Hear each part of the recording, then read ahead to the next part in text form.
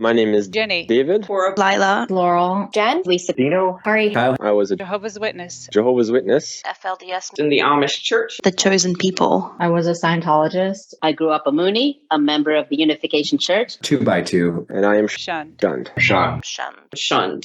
Shunned. Shunned. Stunned. Shunned. My name is Ray. I am 60 years old. I was a Jehovah's Witness, and now I am shunned. All right, Ray. So how'd you come to be one of Jehovah's Witnesses in the first place? Well, my family moved here from Mexico when I was young. My mom started studying, and my grandma started studying. They were found door to door in about 1970, and they started studying, and they've always been spiritual people. They were super hardcore Catholic. I have one brother named Noah, one brother named Moses, Okay. and my grandparents had 13 kids, 7 boys, 6 girls, I think, and 5 became witnesses of the boys. 5 of the girls became witnesses, and 3 never did. And yeah, and that was it. So we grew up with pretty much that as our upbringing. Okay. So then was your mom involved in the first wave of those to become Jehovah's Witnesses itself? Yes. Okay. Yes. My mom was one of the first, and she went hardcore. My mom is my hero. I mean, she's the strongest, strong lady, and with really good convictions. Mm. And to this day, she's just awesome. She's great. Okay. Well, that's awesome. Lovely to have a strong mom who I guess so. You all moved over here at the time, or Yes. I guess who all was it? Yeah, it was basically the whole family Oh. migrated over here when I was little, and then about 1970s when they started studying with the organization. So all my aunts and uncles lived here except for like one. Oh wow! So they all Yeah. moved. That is a big migration. Yeah. In and of itself, it's a lot of people. Yeah. Wow. And they're all at different ages. You know, they were spread out over like 30 years. You know. Yeah. Yeah. Grandparents didn't have cable back then, so. Did everybody kind of settle in the same area? Pretty much everybody settled in the Bay Area. And then about 30 years ago, we moved out here to the Central Valley, and pretty much everybody did. We were a pretty tight-knit family. You know, we every Sunday go over to my grandparents' house and, you know, have dinner. My grandma would be cooking all day, and all my cousins would be there. And it was just our Sunday thing that we did, you know, and I probably have about 30, 40 cousins on my mom's side. So we were always together. Wow. That's a nice big family. So yeah. So do you know what the origin of it was? Do you know what it was that your mom I guess was attracted to about the witnesses at that point in time, or was she kind of vulnerable because she moved here, or? Well, it's kind of a couple things. I think part of it being spiritual and being Catholic and wanting to know more about the Bible, and the witnesses had the answers to you know, what happens when you die. The truth book was out at that time, the Blue Bomb, you know, and all these Bible truths, and Jehovah, God has a name, Jehovah, and all these things. And you know, a lot of religions, they kind of skim over things, and the witnesses go hardcore on deep study, and then you had your watchtowers and awakes and all this literature, and just getting bombarded, and she took it hook, line, and sinker. You know, thought she was doing the best thing for us. Yeah, as they usually do, right? Yeah. Starts often with positive intent, gonna save the kids and gonna get involved in something that's gonna be good for the family. Yeah. So things kind of kicked off there. Now, So how old were you, I guess, when you were introduced to it? Yeah. So I was probably 5 or 6 years old. I still remember our last Christmas. We had one big Christmas, and they said this is going to be our last Christmas. Before that, I remember our last Halloween, um, and so that's kind of like you're a little kid. You just realize, okay, this is normal. This is a decision parents are making, and you just follow along. And it seemed normal-ish, you know. Yeah, well, you didn't. I mean, all of this is going to seem normal when you have nothing else to compare it to, right? Exactly, You're a exactly. kid. And I can only imagine what it must have been like to say, hey, you know what, big Catholic family, we're not going to do Christmas anymore. That must have been Yeah. quite a stand to take, unless they all kind of came in at the same time. Yeah, my grandfather never became a witness, but he was probably happy that he didn't have to buy all the birthday and Christmas gifts anymore. Yeah, I guess that's one upside. Yeah. um, okay, so you're 5 or 6 years old when you're introduced to it. Do you remember how it made you see the world when you were a little kid? What the worldview was it gave you? Well, I mean, I thought we were the chosen people. I thought we were lucky. I thought we had the truth. And this was, yeah, even though I was young, I remember the 1975 stuff that was happening, the big push. My mom was pushed to get baptized in 74 because the end is coming in 75. As a matter of fact, I just found this out recently that she was taking night classes to learn English. And the brother said, don't waste your time on that. You don't need to do that because the end is coming. We're all going to speak one language in the new system. So my mom was never got took any English classes because the end was around the corner. Wow. Yeah. Wow, what was it like? I mean, that's going to have a big impact in your life, especially living Mm-hmm. here in the States. What was it like? So you're like five-ish, let's say, Mm-hmm. in 1970, I guess. Yeah, So I was you're born in 65. okay, so you're 10 in 1975. So Yeah. you're still a kid, but you probably have a decent idea what's going on around you. Do you remember Right. that time? Do you remember how people were talking or feeling around that?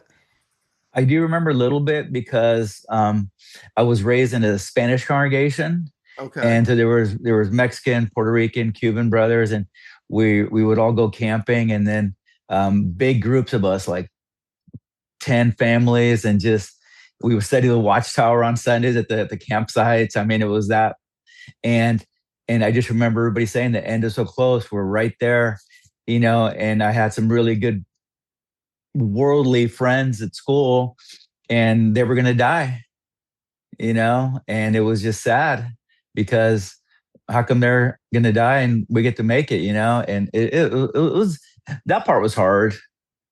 That would be hard. I guess I'll just preface, or maybe not, maybe it's too late for prefacing, but for those who are listening or watching who are uninitiated, 1975, Jehovah's Witnesses kind of proclaimed that the world would end at that time. And basically, there would be this fiery Armageddon where Jehovah's Witnesses would survive into this earth that they would make perfect, and then everyone else, well, would not necessarily survive. And Right. so here you are at 10 years old. You should just be a kid having fun, and you're concerned. You think the world is literally going to end in 1975, and that your little friends at school are going to get killed by God. That's a lot. It's a lot Yeah, for a kid. it is. And I think that gets overlooked. I think a lot of people think about what it was like for the adults at Mm, that mm, time, but mm, it had to have been mm, hard to be a mm, kid and to, mm, even if you thought you mm, were special or mm, chosen and going to mm, survive, it's still going to be hard mm, if you care mm, about people at mm, all to mm, think, well, what's going to happen to the mm. rest of these Yeah. people? So for the old timers like me, back in the 70s, the watch hours were black and white. Only the cover was in color.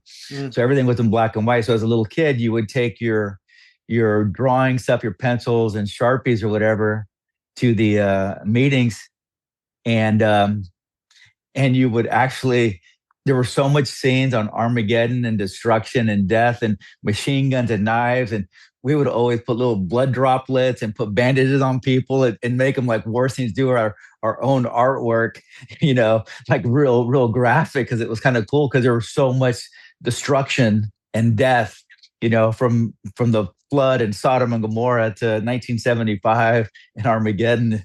So it was, and I wish I had some of the watchtowers so I could see like my 10-year-old artwork would be cool. Wow. Okay, never heard that. That is a fascinating perspective. So I guess for anyone who's watching or listening to this on YouTube, if you're familiar with that time, if you're an old timer, so to speak, an old head, write in the comments, share what it was like for you, because that's an interesting perspective I never thought about. So you've got this. It's honestly it's kind of grim, but I could also see as a kid why it would be kind of cool. You have Yeah. these black and white drawings of often very violent scenes and watchtowers and such, and then boy, that splash of red must have really Mhm. stood out on those pages. Especially on the edge of a knife or a sword, Oh a little my couple goodness. blood droplets going down was really, it was fun. It was Yeah, fun. I can see that. It's like it's so morbid and almost disturbing in a way, just because you really do believe this is going to happen, and these are Yeah. real people that are going to get killed, and there's kind of this feeling of being okay with that on a level, Yeah. or almost Yeah. celebrating that because it means your deliverance is near, but also Right. just being kids who think blood and violence and stuff is kind of cool, right? Right. So Right. it's wow, I never thought about the black and white magazines being used like that. That's Hmm. interesting. Yeah. Well, now they have professional artists, and well, I guess now they have AI doing it. AI. Yeah. Yeah. Wow. So let's talk about some of those different areas of life. You touched on it real quick. So let's talk a little bit about school. What was it Mm. like being in school as a little JW kid for you? Well, for one, I was kind of quiet. Um, I was kind of nerdy. I was a minority. I was Mexican. Hmm. We were poor, and we were Jehovah's Witnesses. And I had a really bad stuttering problem. So I had to go to speech classes. So I was never like the life of the party. I was always kind of kept to myself. I didn't come out of my shell until later. But school was great. I had great friends. Nobody really judged me. And the neighborhood kids were fun, and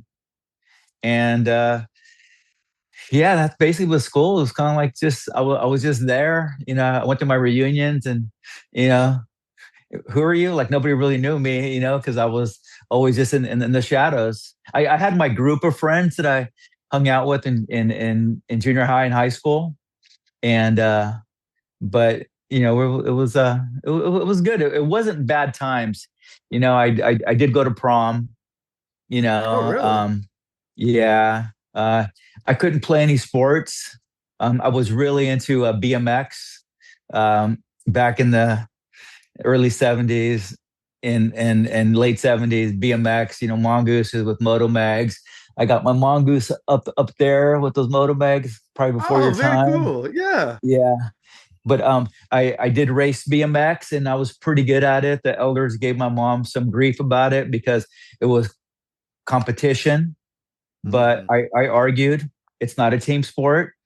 It's one on one. I don't need have any set practice times. It's something that I love, and so I was never allowed to get sponsored by anybody. So I just raced locally.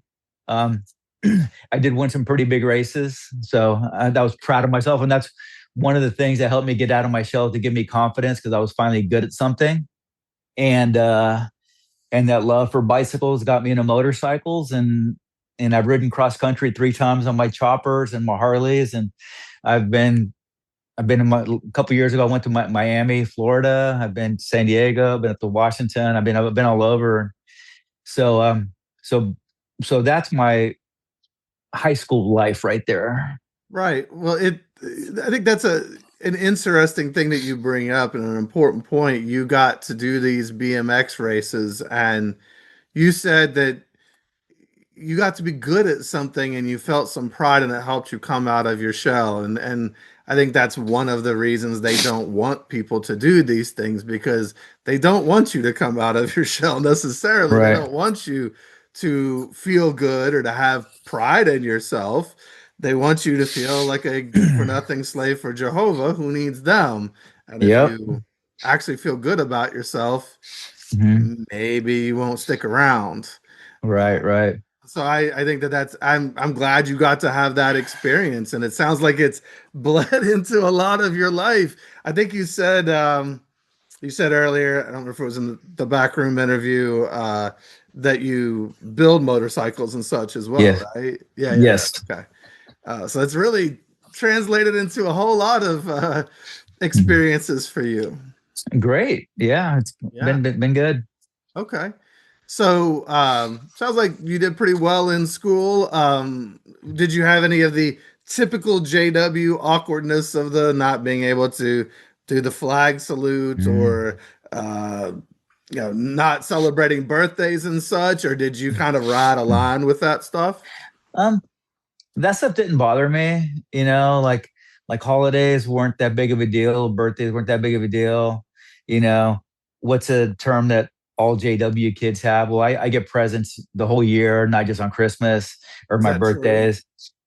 Uh, Not really, but Okay. but I it, mean, but I've it's never something. really seen it be true for most people, No, but okay. no, it's something that we say, you know, Right. as kids that you're taught to, Right. but but I was never really felt super left out. I mean, since I have that growing up in that strict, not just JW life, but also the Mexican tightness and strictness in that. Um, and I was always pretty straight laced. So I like I never smoked. Hmm. I smoked a cigarette when I was 6 years old and got busted. Okay. I never smoked pot. I've done any drugs. My dad was a pretty bad alcoholic and kind of ruined a lot of stuff. When he was good, he was good, and when he was bad, he was bad. Um, but I never, I'll have a beer or two at night. If you can call Michelob Ultra beer, I'll have one of those. But I got drunk once when I was 28. I don't really use profanity. Uh, Never cheated on girlfriends, or I was married for over 20 years. Never cheated on my ex. So I've always been pretty straight laced, and I Sure. don't feel like I was missing out on anything. I kind of did what I wanted to do within reason, right? Sure. Yeah. Well, yeah. I mean, there's certainly many things, I guess, one can do, even being straight laced, though, that the witnesses won't allow you to do. I mean, certainly you would not be. It wouldn't be not being straight laced to have a birthday cupcake or to Right. go to college, or things like that. But it does sound like you've taken a lot of the principles, and kind of built your values around those things. And yeah, I mean, Right. I'm sorry. So I guess we could talk a little bit then about what life was like at home. It sounds like you built a happy life for yourself in many, many ways, which is Mhm. very cool. So what was like growing up at home? Sounds like you had maybe a lot of family around, a lot of Mhm. people, and sounds like it was kind of strict, but at the same time, you were riding BMX. Yeah. I mean, it was good. Listen, my mom was a stay-at-home mom. She had four of us by the time she was 22. Hmm. So me and there's six of us now. So um, my mom pretty much stayed home, took care of the kids. She'd make us our breakfast in the morning. We'd have bean burritos with homemade flour tortillas, and we had lunch at school, and then we'd have great dinners. And of course, me and my brothers fought every night. We'd get spanked every night before bed because we just wouldn't go to bed until our butts were warm. um, you know my dad, I love my dad. He's gone now, but he had a rough childhood. and he battled with alcoholism, and he just had a lot of demons in his life, and like he never asked for, and he became a witness, and he got disfellowship like 3 or 4 times because of drinking. He never asked for forgiveness for anything because I knew he wouldn't, but I just had to forgive him in my heart. Sure. And yeah, but besides that, we went to Disneyland, we would go camping, we would go to the park. I mean, every Saturday morning we'd go to the car wash, and he'd buy us a Slurpee and a beef jerky, and we hung out. So like I said, when he was good, he was good. Well, But yeah, when he it's was very bad, sad. I mean, sad that he wasn't able to get real help, and being one of Jehovah's Witnesses, uh, being shamed every time he fell off the wagon, mhm. or struggled with alcohol. Shame is addiction fuel. That only makes it worse. That doesn't make it Yeah. better. So And so um so a side note, yeah. my mom's family, my grandfather was this super well respected, wonderful man with a bunch of kids, and Mhm. never had the best reputation. Even in Mexico, he had the town that they were from. He had the first power company, the first tortilla mill. He was like an entrepreneur, just a great, great guy. That Don Juan, everybody loved him. Mm. My dad's family, the different story. Wild, crazy, gunfights, uncles getting killed in a gunfight, partying, drinking. I mean, everything. So my dad came from that. And, so it was two totally different worlds. So my mom really made sure that we were more on this side instead of that side. Yeah, she did a lot, it sounds like, to try to deflect perhaps some of the trauma that was on the other side. Yeah. Okay. Yeah. Tried to She run did it. interference, keep you guys safe and warm, so to speak. Did a great job. Good, good. Um, so were you all the family? You all were Jehovah's Witnesses. Were you all the family that were you regular at the meetings? I just asked Saturday, you said you were going to get Slurpees at the car wash or whatever. Yeah. Were you all out in service all the time? Were you at the Okay. meetings all the time? What was your Okay. relationship with the Kingdom Hall and the congregation? So we had 3 meetings back then. We could never miss a meeting. Okay. Service every Saturday. So we'd probably go to the Slurpees Saturday to Sundays after service. Okay. No Saturday morning cartoons because we had to go in service. We would pray for rain, pray for rain, because if it rained, we wouldn't go out in service. Every assembly, every memorial, my mom was really regular. She did a lot of hours in service. She pioneered for about 30 years. Really like exemplary. Read every article. The Watchtower used to say that if you read every Watchtower in a wake, it's equivalent to college education. So my mom knows about the northern lights and how insects do this and how bacteria does this. And she knows about every subject because of the Awake magazines had great articles in them, right? So she was very and a pillar in the congregation, and just was really well respected till she wasn't. Oh, okay. Okay, fair. Okay. So was she pioneering when she had you? No, she probably pioneered after the kids after we got older. Okay. I don't remember exactly. So I mean, because I have at some point later in life when she had a little more freedom and a few less kids around, she could. Correct. Okay. Yeah. Makes sense. I didn't know how hardcore she was. Were you all? I was like, was she pioneering, and you all are toddler, or you got siblings who are toddlers? That's a really rough road to hoe, so to speak, as they say. No, it was later on in life after, because my mom had 4 of us, and then an 8-year gap and had one, and then an 8-year gap and had another one. Okay. So my mom had babies in her teens, 20s, 30s, and 40s. Oh, wow. Yeah. What was the difference between the oldest and the youngest? Do you know how many years? Yeah. My youngest sister is 23 years younger than me. Oh wow. So Okay. so I'm closer in age to my mom than I am with my sister. Okay. I've got a Yeah. sister who's 20 years younger than me, so Yeah. it's kind of a unique thing. Yeah. So that's interesting. Yeah. So you guys, it sounds like you all were busy doing a lot of things. You're going to all the meetings, you're going out in field service, but yet you're also, it sounds like going out a lot with family and friends and Yeah. going to Yeah. Disney Yeah. and Yeah. so it's a very busy family. It gets even busier. I mean, we had, like Saturdays after service, there'd be a break and a bunch of brothers would go to the park and play baseball or play soccer. We had a camping trips. We would do like 2, 3 times a year with the whole congregation. The elders would go. We had swim parties and there was a couple local swimming pools that we would all meet at and go swimming. There was one night was a roller skating night. The whole congregation would go roller skating. um, and and and it was there was hikes and there were so many things that kept us busy like that.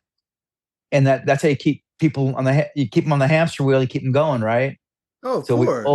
always had something going on, always Keep had them, something as they going say, on. in the middle of the congregation. But I will note that it sounds like, and I don't know if this was Mm, a time period or if this was because you were in the Spanish congregation, is it more of a cultural thing, or if this is because you're West Coast, I don't know. But sounds not everybody was having that experience in the organization. mm, What do you think contributed to that close knit, super mm, busy, very social congregation that it sounds like you all were around? Was it mm. family oriented? What was it that made it stand Uh, out? you know what we had growing up in the Spanish, some really cool, from what I remember, and I was a kid, right? Hmm. Uh, just cool elders, and just I think it was the Hispanic culture. We Okay. were just real family oriented, and of course there was drama later on, and things weren't as easy once I became a teenager. But I remember probably the years between 5 and 15. It was a lot of good times, a lot of busyness, and a lot of congregation activities. Mm. And maybe, uh, I guess for anyone who's listening, who's from the Spanish congregations or whatever, maybe drop in the comments how it was where you were, because like where I grew up in the Midwest, and obviously, and I'm younger than you, so maybe even Mm, time shift matters there. Ours were very buttoned down. Our congregations, there wasn't much fun. There weren't these big things that you're talking mm, about. Uh, it was mm, didn't have that kind of mm. fun family atmosphere, and Yeah. I think sometimes it could be that I was raised in Mm, a very white Bible Belt congregation. mm, That could be part of the button downness mm. nature Yeah. of it. I don't know, Mm, but I just find it interesting. I think it's interesting to note that even though we would call Jehovah's Witnesses a cult, there's still many different versions of the expression of that, and that not mhm. everybody lived the same life inside the organization, whether it was Yeah. culturally or Mm, in their family or their mhm, status or whatever the case may be. mhm. Yeah. So the Spanish congregation that I grew up in, the elders were funny. We had some Cuban ones, some Puerto Rican ones, a lot of Mexican Okay. ones. It's just funny. And my dad was very charming, very handsome, outgoing, and a prankster. And I will say one story, that one of my favorite stories. We would go camping, like I told you. Mhm. Because in California, you had the ocean, you had the mountains, you had rivers. There were so many Yeah. places to go camping. We just grew up loving it, right? So basically, what would happen is the when it came to dinner time, the men would sit around and kind of help the wives cook, and they'd be drinking beer and having a good time, talking, joking, dancing, all that good stuff. And then after uh, after dinner and after we ate and did a big old prayer for everybody that was there, um, the men would kind of like sit down, and the women would go out the wives would go out and do all the dishes. So my dad takes a ghetto blaster with, a radio, and it had a cassette player, and he pressed play and took it over to where the women were, the sisters were doing the dishes, and recorded their conversations. And of course, his sisters are gossiping, right? So my dad goes over there a bit later and slyly tries picking up the little ghetto blaster. And then they realized what he'd done, and they attacked him, and they did not let him get that tape out of there. I mean, because they were going to go listen to it and listen to all the gossip that the sisters had, complaining about their husbands and kids and this and that. Oh my God, it was so funny. I'm sure that's got quite the response from the sisters. Oh yeah, but anyway, that was a good memory. So. Yeah, I'm sure they were not thrilled at being recorded secretly. Yeah, I don't think most people would be, but he was just messing with them. What was he going to do? Play it in front of everybody else on the other side? Oh, he was going to go play it in front of all the brothers and listen to all the chisme. Chisme is Spanish for gossip. Yeah. Yes. Okay. Yeah. Yeah. It was going to be great, but anyway, that never happened. But just that him even thinking about doing that was funny. That's interesting. Yeah. Huh. I gotta ask you, is a little off subject, but just since you mentioned it, as someone that has in my coaching practice worked with a lot of people to help them recover from being in that organization, I've heard a lot from sisters about the machismo or machisme. I don't know how exactly to say that. And I guess for a lot of women, it seems like culturally that adds to the misogyny in the organization, and it kind of makes women feel bad at times. I don't know, how do you feel about that? Did you see a lot of that growing up? Did you, or maybe later in life, do you have any perspective on that? Not really. We always knew what the witnesses taught, that the man's the head of the house, right, and the wife had to be submissive. There's to me, how I see it, there's two different types of Mexican or Latin men. Mm-hmm. There's the ones that are really good and humble and want to help, and then the ones that are like, I'm the boss, you do what I say. Right. That seems to be what I've heard mostly about. But I personally, growing up, I didn't see that part of it. And as an adult, I did see that everybody has a role. Like the organization, it's all about acting, right? You got to play the role, right? Yeah, there's roles to be played for sure. Yeah, and I think a lot of a lot of brothers talk a big game in front of the guys, but at home it's a different story, and I really didn't see a whole lot. I mean, I do know that when my mom wanted to divorce my dad because of his drinking and things like that, the elders didn't let my mom. My dad used to beat my mom and beat us, and still the elders say, no, you have to stay. So there was that kind of stuff, towards that. But I saw some, but I guess I never focused on it. Yeah. Well, and in my life and when I was married, I took the good things that my dad did and the good things that I saw, and then the bad things that he did, I didn't do, like the abuse and the drinking. I love, how can I say this? I love like little traditions. Like Sunday mornings, I go get donuts. I would go get donuts for the kids when they were small. So when they woke up, they had their donuts. We would go to breakfast every Monday. I took the kids to school on Friday. I take them to McDonald's, and I'd like having these little rituals because my dad would do little things like that. And so I took the best, didn't do any of Took the the best worst and stuff. left the rest. Yeah, exactly. Okay. All right. Yeah. Well, I'm definitely sorry that there was the rest, because that's unfortunate as well. But I'm glad that there were these good moments that you can look back on, and I'm glad that Mhm. I think it's interesting. I mean, you said it. I think you kind of pointed out that I think that there is an attitude. I guess it's sad to me that brothers have to get together and talk a big game amongst each other, acting like there's somebody they're not.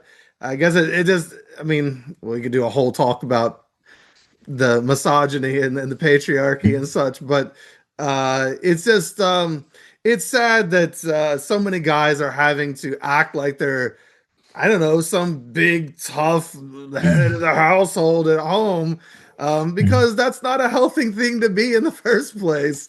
Right, And it sets up the organization, and the pressure and the way things are talked about kind of sets up something that's not healthy for anybody.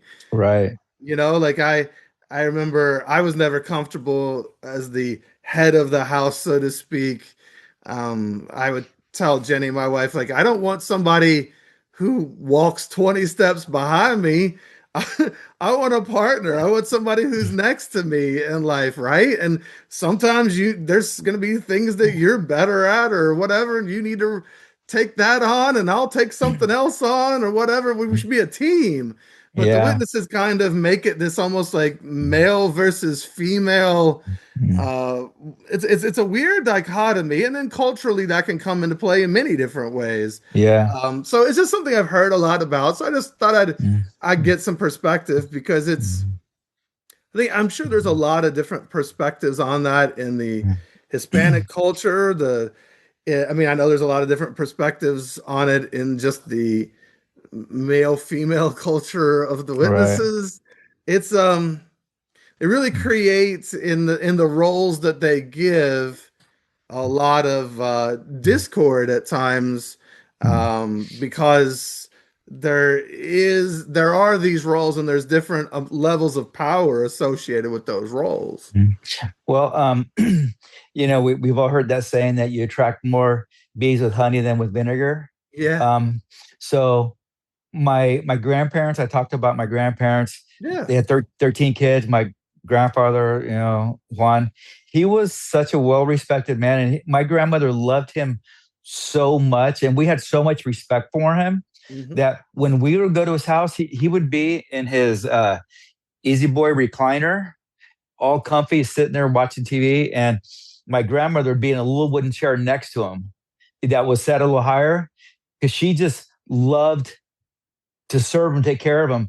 Um, my grandfather, I never heard him raise his voice, never heard him disrespect her. She would do anything for him because she loved him. And matter of fact, my grandfather, when we would go to his house, we would get down on our knee and we would kiss his hand. That is the respect that we had for him, and that he demanded. And he was such a well respected man. And that's the kind of guy I want to be. I want my wife to love me because she loves me, not because she has to. That she's afraid of getting hit. So that Yeah. taught me. He was a really good role model in that, and that's how I've tried living my life. Hmm. So it sounds like you've looked at a lot of your models around, and again tried to take what you felt was the best and Yes. left the rest, so to speak, Yeah. to create your own version of what it is to be a man, or just to be Ray.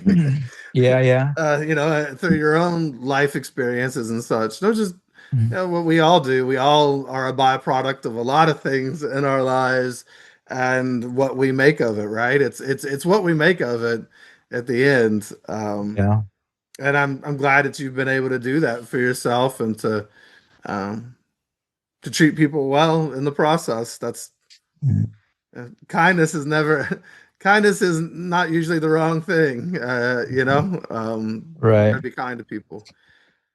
Um, so when did you get baptized in your So, process? I didn't get baptized till I was 30. Mm, Okay. I waited because when I was, you know, teenagers, 15, 16, 17, 18, I already, I didn't like, I wasn't getting, I didn't like the lifestyle and I didn't want to be a witness anymore. And I wasn't baptized. And I was a true believer, right? And when you raise a witness, so like we know the Bible, right? I'm not afraid of death. Death, you're going to be asleep. So if Armageddon comes and if I die, so what? I'm not going to go burn in hell. So, so that was easy for me, uh, leaving and living my authentic life because I didn't have to worry about dying. You know, if I died in Armageddon, so what? I'm not going to burn. I'm not going to whatever. So I moved out when I was 18, and I'll kind of go through this pretty quick. If you'd like some extra content, if you'd like to learn more about our guests today, maybe even have an opportunity to connect further with them, you can do so by joining the back room tier at patreon.com/shunned. I moved out when I was 18. I was working at a gas station, full service, pumping gas, checking tires, cleaning windshields. And then at night, I was working at a Domino's Pizza, delivering pizzas. A bunch of my friends worked there. So this is probably 1984. Mm-hmm. I had a An 1971 appropriate Mustang number. Yes. Yeah, yeah. Yeah, my license plate from a motorcycle is Room 101. But anyway, Okay. Yes. yeah, Interesting. yeah. So by 1984, working at Domino's, I had a 1971 Mustang Mach 1. My friend Tony had a 1973 Charger with a 440 Magnum. Chris had a T-top Trans Am. Uh, uh, uh, Jim had a Roadrunner. So it was this car show working at Domino's, and it was just fun. You know, blasting around town, delivering pizzas, making tips. It was a good time. So that was when I was 18, and then after that I got into construction. I did construction from when I was like 20 to 23. I was in the Carpenters Union. We had a recession back like in 89. Things got slow and I got out of that. And then I knew we had the recession. It was going to be slow for a while. So by this time, my hair was down the middle of my back. I'd grown my hair out. I had piercings and everything. And they opened up Chevy's Mexican restaurant. So I applied there and got a job as a waiter. I'd never waited tables before, but the manager really liked me. I was the only person they hired with no restaurant experience at all. I got doing that. And then going around some of the clubs in Modesto and hanging out, I met this guy, George, and super cool guy. He's a Syrian. He had long hair. You know, he had a Porsche, he had a motorcycle, a nice Harley, he had hot girlfriends, and he was a hairstylist. So, and he told me one day, hey, you should get into doing hair. And and he's like, if you can cut wood, you can cut hair. And I thought, why not? Cars, motorcycles, girls, money. I mean, what else is there to do? So I went to beauty school. I did that during the day. I worked at Chevy's at night. Graduated from beauty school. I moved to San Francisco. Did my Vidal Sassoon training.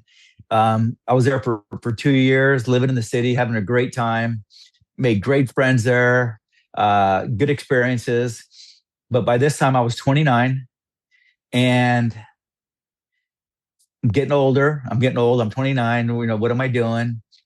And I did kind of miss the witness culture, because a lot of these hairstylists that were there, they were from London, you know, Asia, Russia, Germany, Ireland, all over the U.S. And you know, there was drinking and there was alcohol. You know, all of them were probably gay. I mean, we're gay, and that whole lifestyle. And I just wanted a witness wife and witness kids. So I didn't want that lifestyle. I wanted a home, and I just wanted to settle down and have a normal-ish life.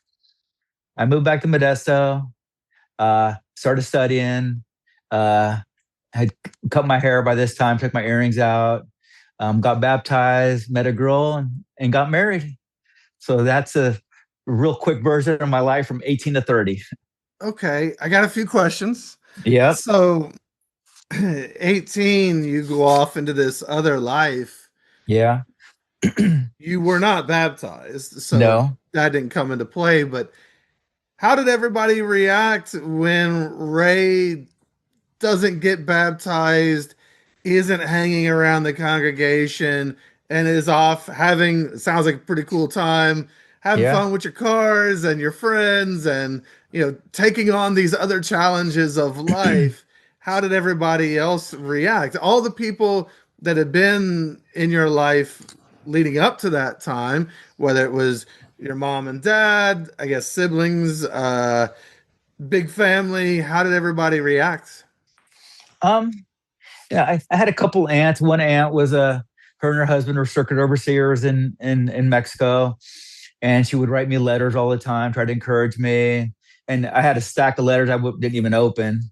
Um, since I wasn't baptized and I wasn't disfellowshipped, um, my my brothers and sisters, younger brothers and sisters, because I'm the oldest, they all got baptized, and they're all cool to me. They kind of just knew me as a, you know, crazy Ray with, like, I was really into the Volkswagen scene. I've had probably like 20 VW buses of split windows, campers. So I would caravan and car shows and go down to Orange County, and so I was in a Volkswagen, long hair, and motorcycles, and everybody was cool to me. Everybody kind of knew me. Well, let me backtrack. We moved from the Bay Area to Modesto around that time when I was my parents moved when I was like, I think 18 or 20. No, I was 20 when they moved out here. So I had the people that I knew from back then, I kind of didn't interact with them. And when we moved to Modesto, I was already basically in a whole new community. So I didn't know any of their elders or any of their friends over here. I kind of just faded. It was a really good, strong fade. Okay, but your family treated you like they always had. You were still welcome for everything. There was no Correct. Okay, like nothing had changed. Like nothing had changed. And, hey, you got to go back to meetings. The end is so close. I'm like, You would hear about it, but that's it. Yeah. Okay. So it's not like they shunned you or anything like that. Right. Okay. So you go off into this life. Can I ask, so what did it mean to you? You said like that you wanted a witness wife and witness kids. What did that mean to you? Because, to be fair, I'm sure, and I know you are a person who takes the best and leaves the rest. But, even in your own home, your dad was rather volatile and beating people, and there was alcoholism and such. I mean, from what you've said, so there were clearly, I mean, like, witness families certainly aren't always happy places. Mm-hmm. And so what did it mean to you when you're like, I want a witness wife and witness kids? What did that mean to you? How'd you quantify that in your mind? Like I said, I my childhood, it was strict and things like that, but it was fun. The community of the friends, it felt safe. I figured if I had a witness wife, she's probably never going to divorce me or cheat on me, and my kids aren't going to get into alcohol or drugs, because like I didn't. I thought they would follow my footsteps, and I just assemblies and memorials and the camping trips. It would have been, even though I believed in it, but I wasn't hardcore. But the lifestyle to me was safe enough that that's what I wanted. But this is before I found out and know what I know now. Right. This was when you seen the good part of the JWs. Well, This so is, the show that they put on yeah. was attractive, Yes. right? I get that. Yeah. Yeah. I mean, I think that show attracts a lot of people into the they're currently putting on quite a show on TikTok and Yeah. Instagram. Oh It's yeah. called Propaganda. Yeah.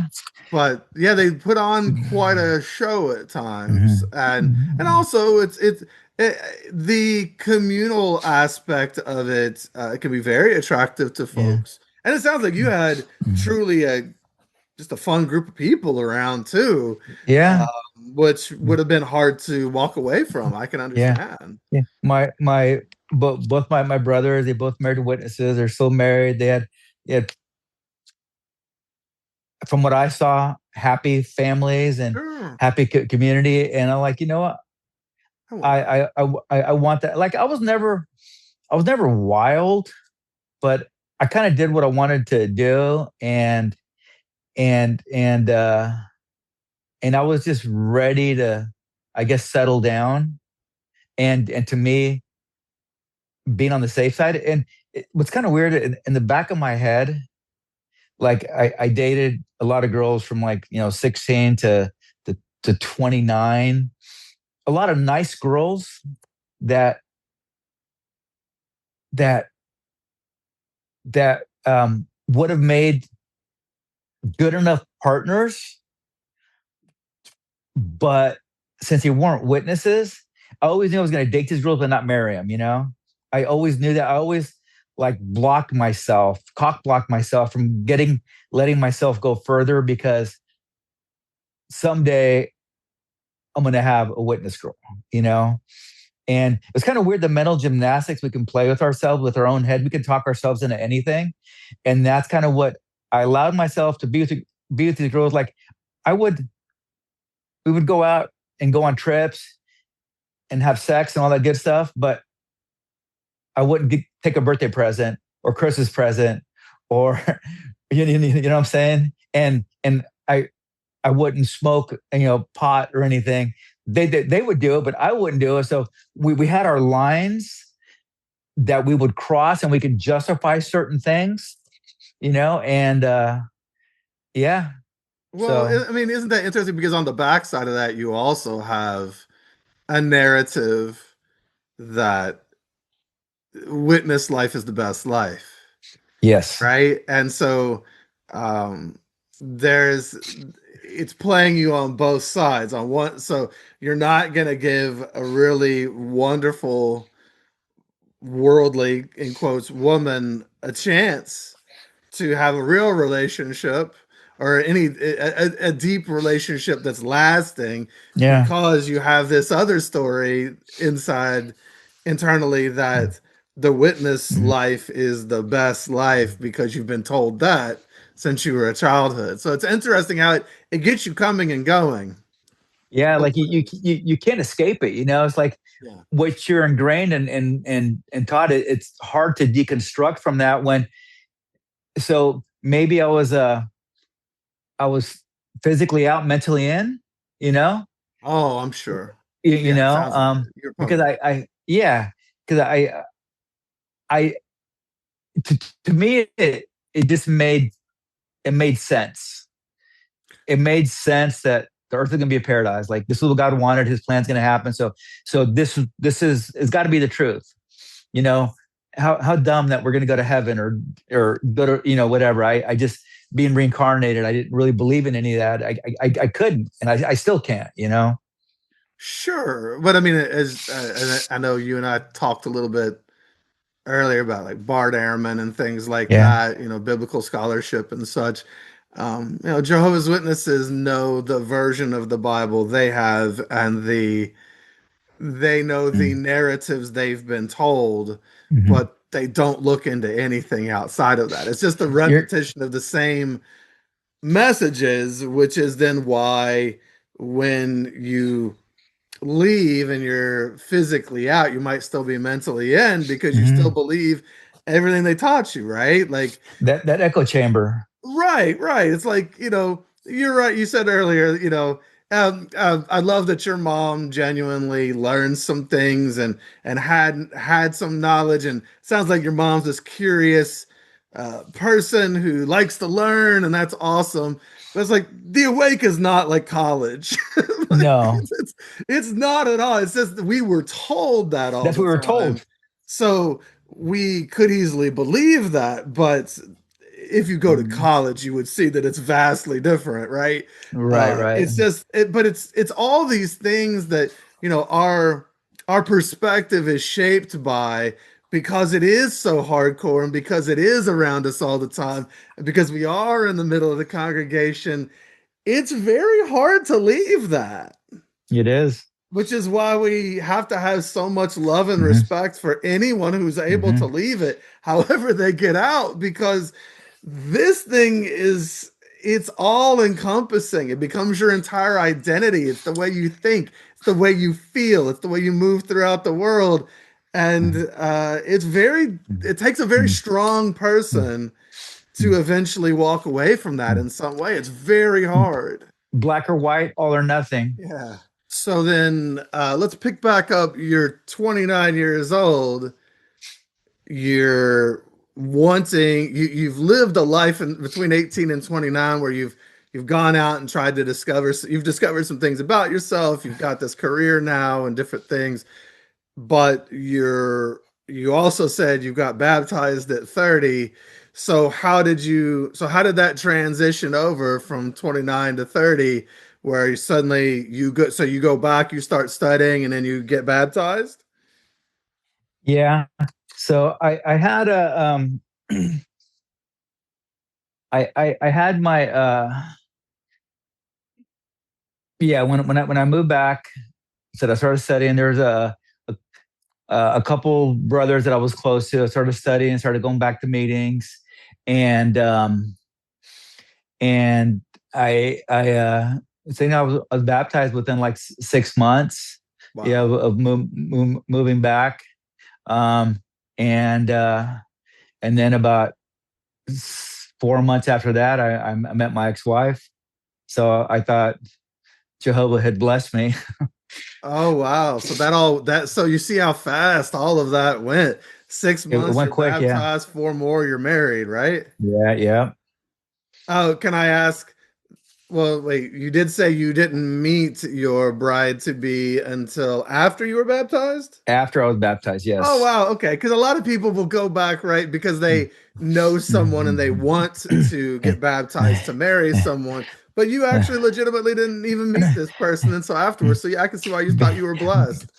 Because I know that's what people do. People come in and they get baptized Yeah.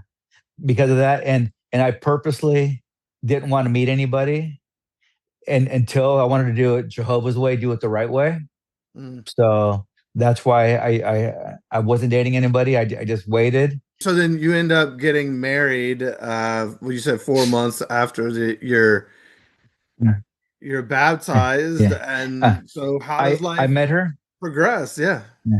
So I met her 4 months after I got baptized, and we dated for like 9 months and got engaged, and we were married like a couple months after that. So it was kind of in that order. Okay. And how did life go? You are married and everything. How's life go? Actually, it was going pretty good.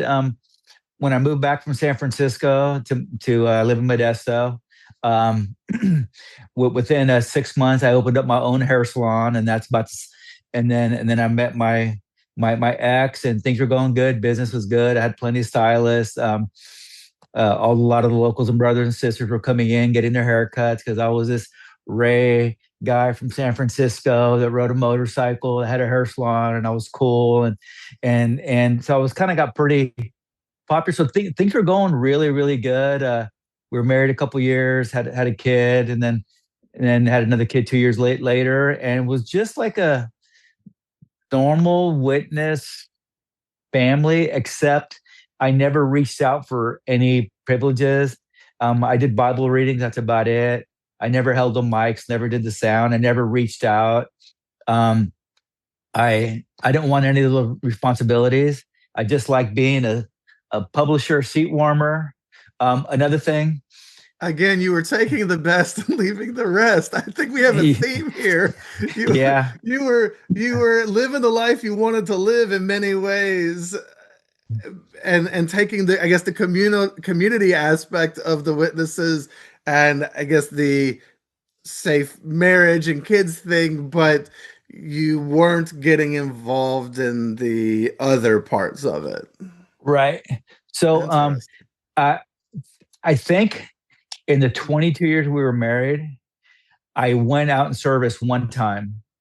Whoa. Yeah, I would I don't, You were perma inactive. You were Mhm. never active, huh?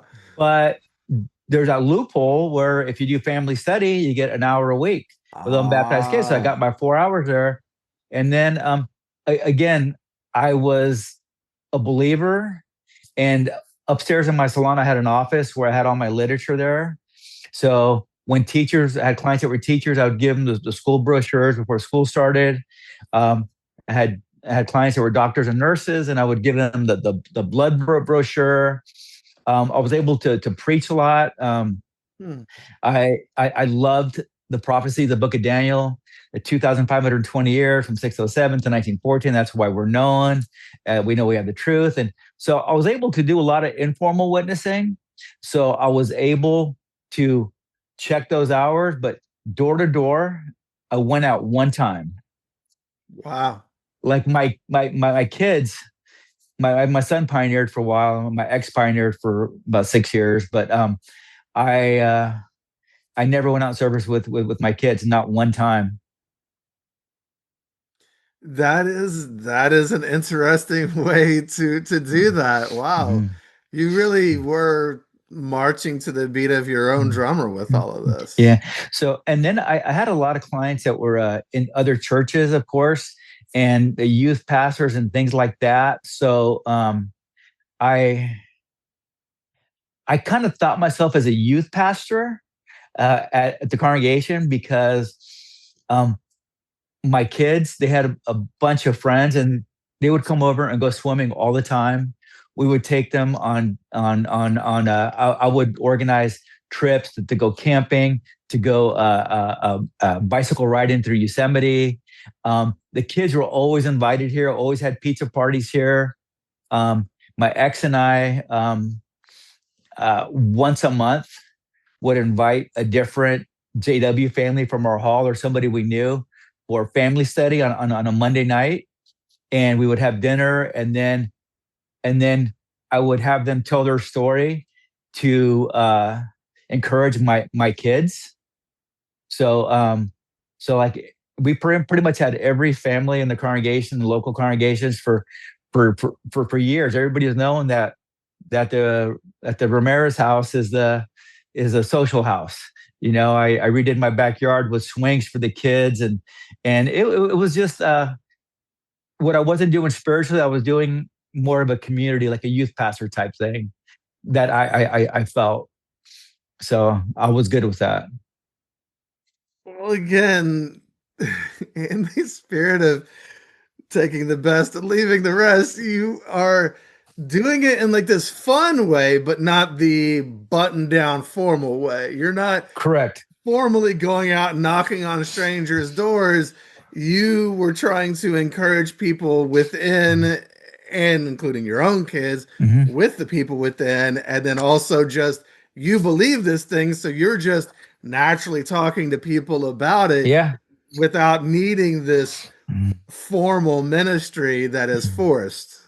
Well, you know, and then with my hair salon, I was kind of like a captive audience, right? Yeah. And after I got to know clients pretty well, I would tell them I was a witness, and they're like, "What? You're a witness?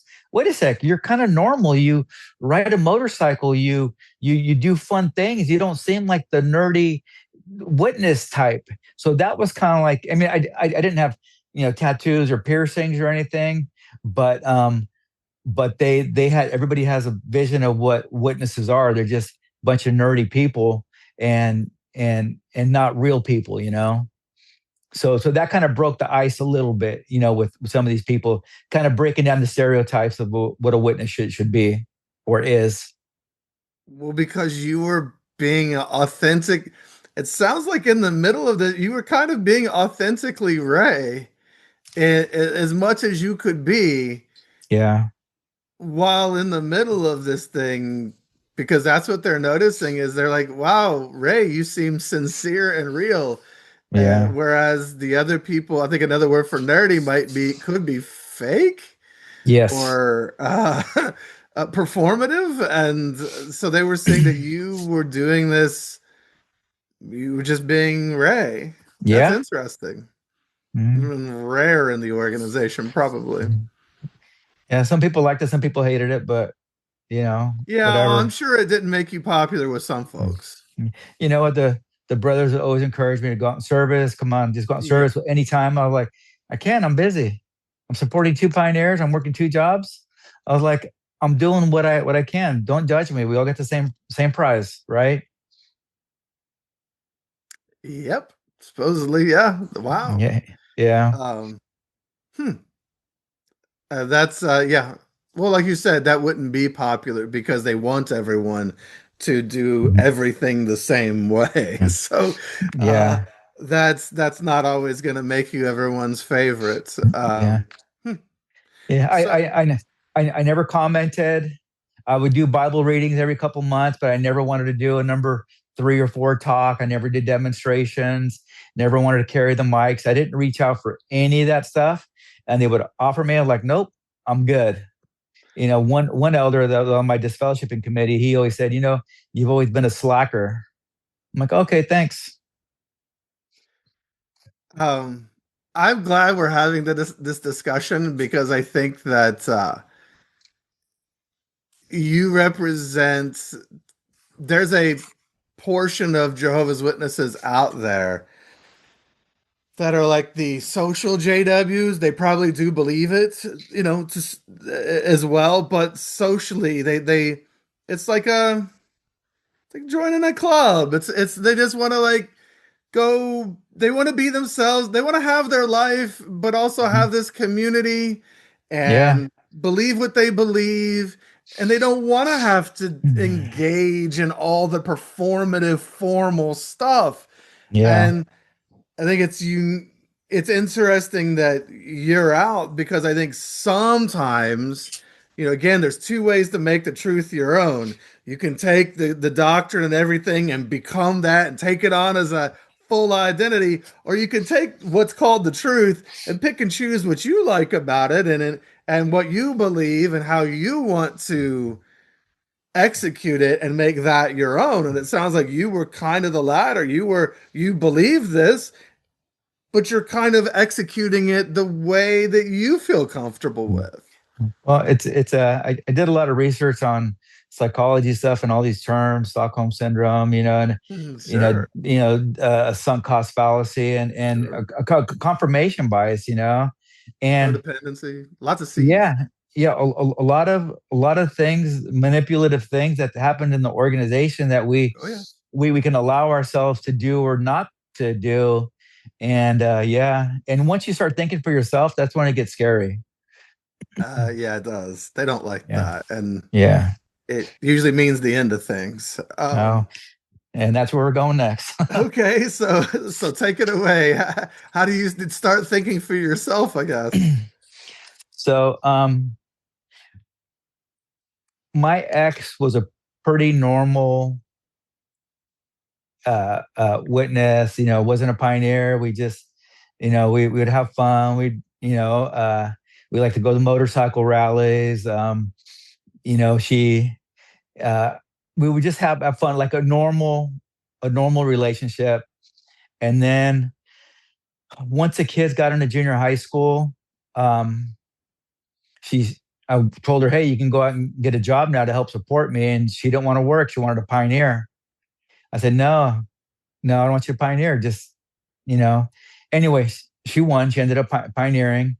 And once she started pioneering, she started getting frumpier and frumpier as in 2014, I think it was, tight pants. Toni Morris came out with the Spanx things and women wearing Spanx. And so she started, wearing little skirts over her workout clothes.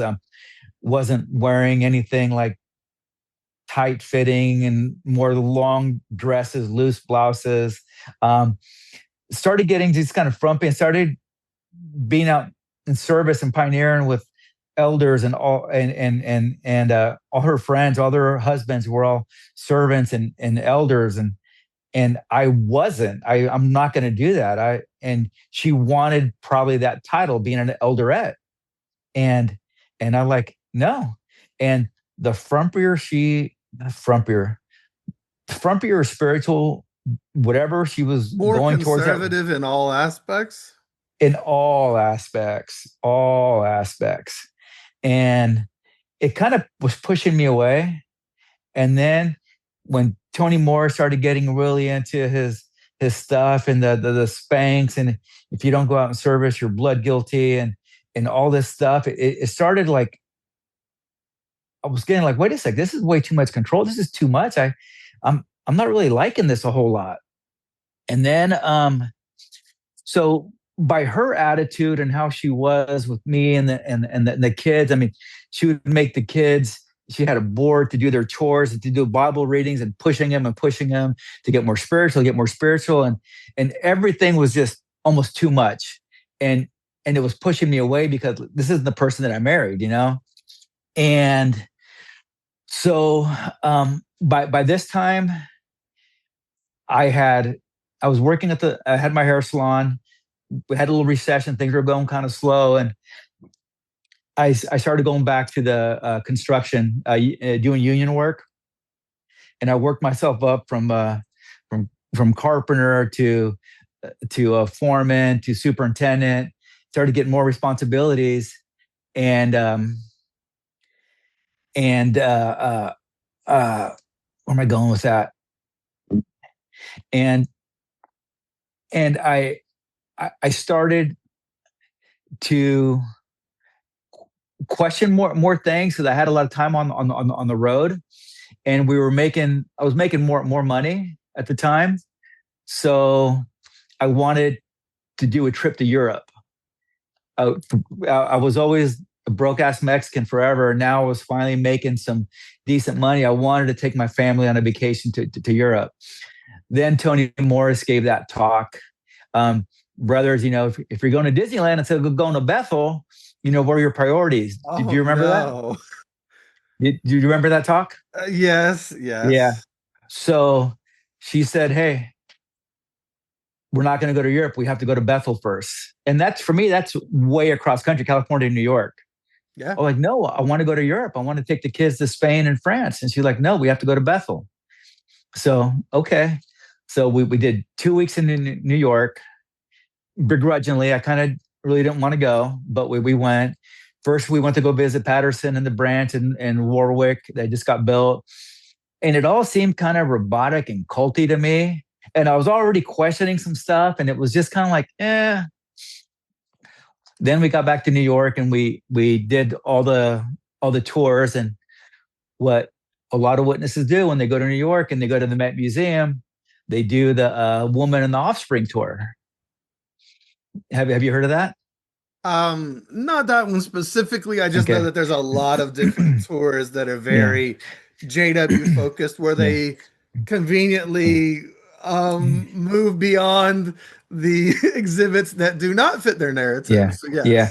So I forget what the company's name was called, but there's a lot of witness companies. Yeah, there's one, and it was a tour of the Met showing how the Bible is true, and they showed bricks that have straw on them because the Israelites had to put straw on the bricks, and this and this, and it was pretty interesting. And so we were going through all that, and then this person was so knowledgeable, they started bringing in pagan ideas and how in artwork what things are pagan. And if you see a painting or a statue with a halo around its head, means that they're sun worshipers, or they have some kind of deity. They're godlike. So I was kind of noticing that here, and here. And then we get to a coin or a statue or something of Semiramis. Semiramis was this, I think, a Greek god, and it had a picture of her, and it had a, a crown with 7 horns or 7 points. And she compared that to the Statue of Liberty. Look at the Statue of Liberty. It was the same face, the same angle. The Statue of Liberty has a crown with seven points. And she's basically saying that all these pagan things, that all these signs from the pagan world are integrated in ours without us knowing. And to me, that was so interesting. Like, wow. And I kind of got thinking about that. And so when we came back home, and in my commuting to the Bay Area, I was able to listen. So when we came back, I was doing some research on Semiramis and the 7 braids and the 7 horns and blah blah blah. And I came across a video by a guy named Santos Bonacci. Okay. I don't know if you've ever heard of him. No. Okay. He is this little skinny Italian, very knowledgeable in religion. It was a 2-hour and 7-minute video, and it was called Astrotheology and the Bible. Okay. So I allowed myself to watch that because it wasn't an apostate video. And that video was a world changer for me, because on a lot of subjects, from chakras to planetary movements to Jesus stories to the Bible, he came across Samson. He's like, Samson, the judge in the Bible. This is a great man in the Bible. He's a judge. He's like, what does the name Samson mean? Samson means little son. Okay. What is the Holy Bible? Holio, the early Christians were Helionostics. So Helio means son. Bible, Biblia, is book. So the Holy Bible is a son book. So then he starts going into Samson a little bit. And where does Samson get his strength? His hair. He got his hair cut off, right? He's like, wrong. Read it again. Read the Bible. Samson had his braids cut off. How many braids did he have? 7. Oh, like, holy crap. What? 7 comes up a lot. Yeah. No way. Yeah. 7 comes up a lot. But that's where, anyway. So, and he started going into like the planets, the movement of the planets, the 7 planets, 7 days of the sun, the 7 planets you can see with the naked eyes. He started going into solstices and equinoxes. Jesus being dead for 3.5 days. Yeah. Lost in the temple at 13, baptized at 30, died at 33.5. Well, all these things are based on astronomy, not astrology, because astrology is demonic and crazy, but astronomy is the study of the stars. So he was going through all these stories, from Little Red Riding Hood to the Snow White and the 7 Dwarfs, and all these things. And it just kind of opened my eyes, like, wait a sec. How could this be? Jesus taught in the temple at 13 because it takes Jupiter 13 years to go around the sun. He was baptized at 30 because it takes Saturn 30 years to go around the sun. He's dead for 3.5 days and has a 3.5-year ministry. And that exactly 3.5 or 3 is when on the winter solstice on December 21st, the sun is dead on the 22nd, 23rd, 24th, and born again on the 25th. So all these things, how could that be? Is the Bible real, or is it just stories from these goat herders looking at the stars? So that allowed me to kind of question some things indirectly. Mm-hmm. So, and of course, once you get on YouTube, other things start coming up. So once I was starting to question the Bible, then some of the YouTube videos started coming up. So the first one, of course, that was really big back in 2017 to 2022 with Lloyd Evans. I loved Lloyd Evans. I loved the Watchtower and Focus. Mark O'Donnell was amazing. There was let me see. There was there was XJW Fifth. There was the XJW Critical Thinker. There was there was well Sasha that I met from Australia. I mean, not met. I talked to him on his own. He would go on the Lloyd Evans channel. Ben, another one, he got interviewed by Lloyd Evans and by XAW Fifth. JW Facts, and again, like I told you before, I'm not tech savvy, so I downloaded and printed the whole JW Facts because I didn't know if it was going to go offline. I mean, I did a 3-year research on JW Facts. There was other people that were around in the early 2000s, Alan Feuerbacher, Don Cameron, Doug Basin, all these XJWs that had critiques, not criticizing, critiques on the actual witness theology. Then I've got the book Gentile Times Reconsidered by Carl Olaf Johnson. Yep. Remember earlier, I really liked the Daniel prophecy. So I went down a 607, 587 rabbit hole for about 2 years. Everything. Oh, wow. Carl Olaf Johnson, his rebuttal to the September and October 2011 Watchtower, When Was Jerusalem Destroyed, parts 1 and 2. He goes through and breaks it down paragraph by paragraph where they misquoted and what they did this. I had that printed out. There was this, The Truth Hurts, had his channel. I really liked his early stuff. The Watchtower History channel, these two guys from, I think they're from Pennsylvania or somewhere. These guys are amazing. They go everything from Hitler to the Russell Pyramid to everything. So all these people, since I had a 2-hour commute each way to work, and of course I listened to your podcast a bunch. I mean, pretty much all of them. And because I knew that once I came out as questioning and not believing, I knew I was going to lose my wife at the time, my kids, my friend. My whole world was going to change. So I'm thinking, is it worth it?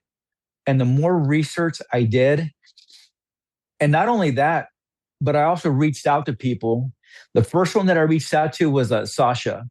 It was probably at an assembly in 2018 or 2019. We were in Sacramento, and we were like an hour in, and I was like, I can't deal with this shit anymore. I can't do it. And I was going crazy. So I got up, and I forget how I reached out to Sasha. And he, like I said, he's in Australia.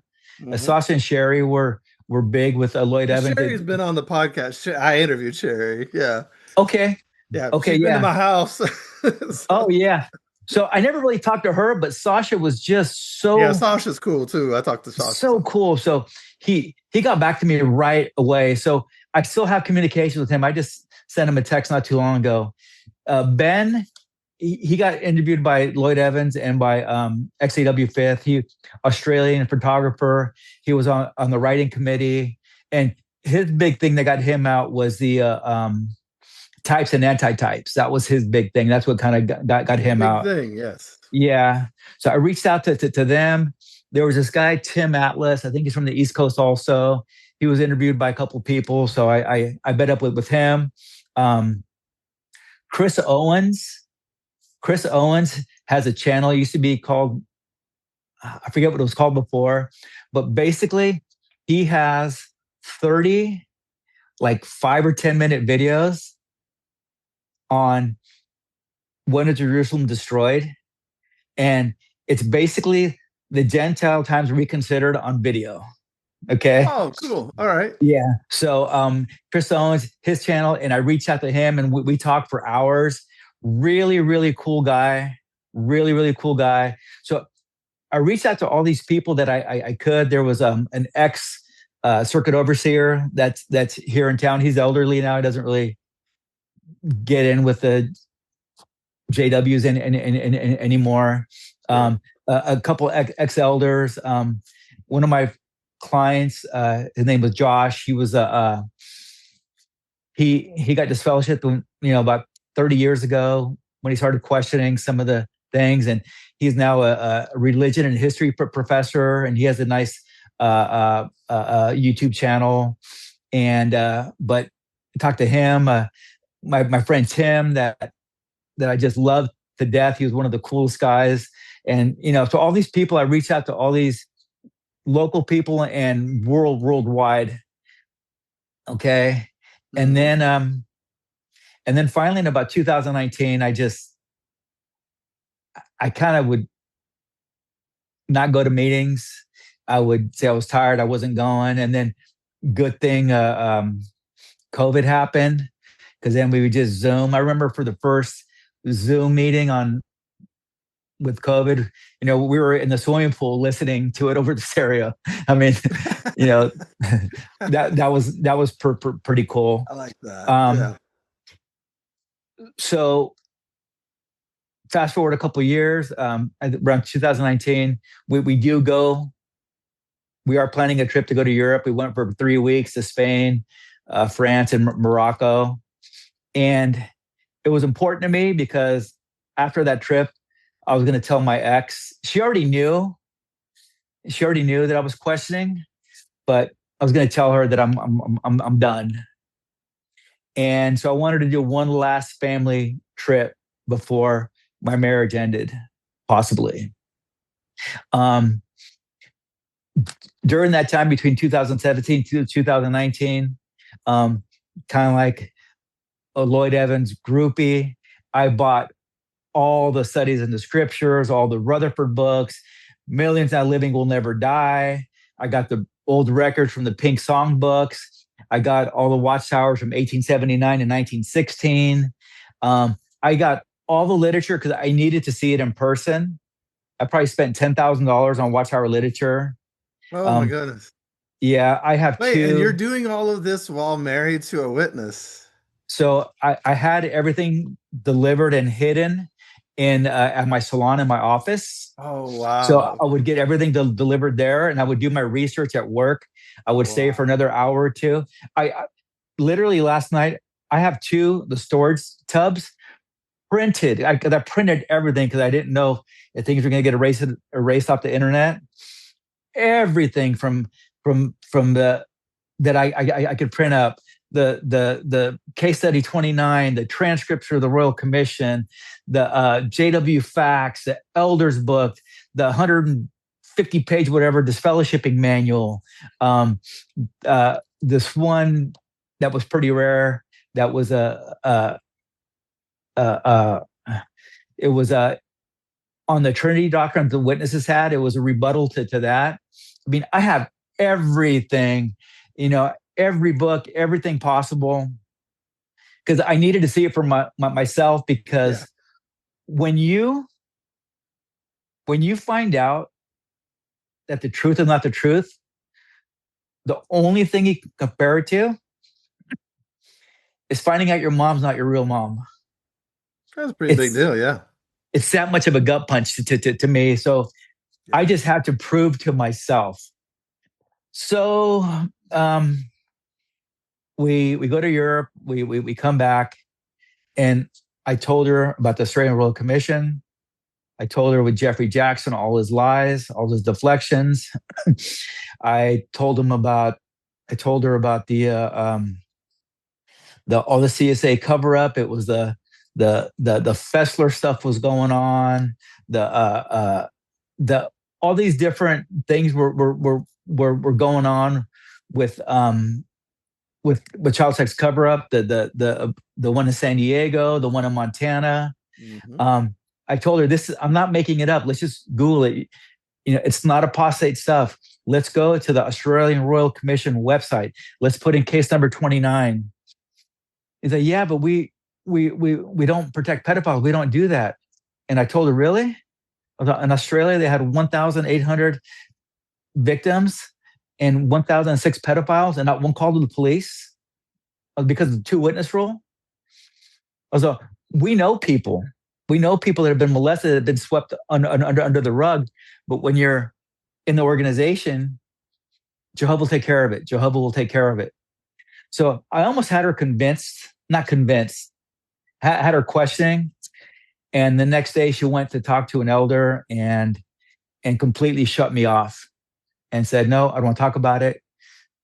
You're wrong. You're wrong. Ray is dangerous. Yes. So then I had two elders come over and give me a shepherding call. Mm-hmm. And that's the first time I opened up. Two elders that I liked. One, I'd been cutting his hair for 20 years.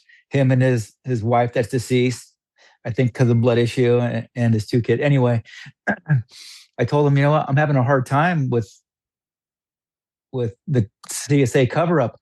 Oh no, we protect kids and we do notify the authorities. Oh, no, you don't. So if you get an abuse, you get an allegation, you call the branch. They ask you if you're Northern California, Southern California. California is a non-mandatory reporting state. You don't have to report. Oh yeah, but even if that happens, we make sure that the brothers are watching that brother in the Kingdom Hall and make sure he doesn't go to the bathroom with other kids. I was like, okay, that's great. That's 5 hours a week of meetings. What about the rest of the time?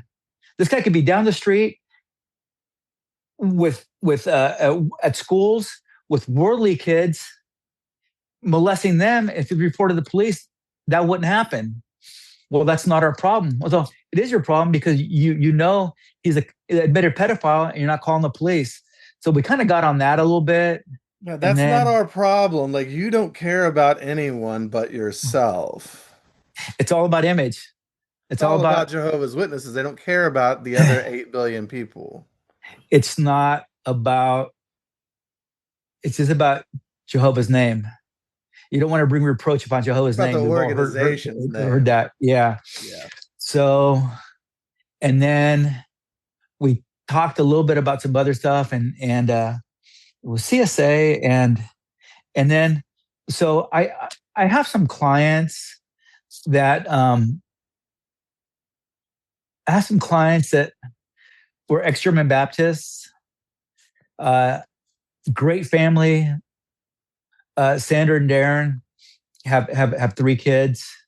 Rachel and Ken have 2 kids. Ex-German Baptists, nice people, great families, super spiritual. They love God. They love the Bible. They go to church. They're I'm not saying born again type, but they're really, really nice people. And how is Jehovah going to destroy them when they're raised in this culture? They think they're doing the right thing. They're trying to live up to the standards. They got a great family. They can't say anything. If they're witnesses, they'd fit right in. How is Jehovah going to destroy them? Then I asked them, how is he going to destroy 1 billion Chinese people that are never going to know about Jehovah's Witnesses? How is he going to destroy 1 billion Indian people, the Hindus, Buddhists, that are never going to know about Jehovah? How about all the Muslims out there that are never going to know about Jehovah? Then I started questioning. I was always taught growing up that Jehovah reads the hearts.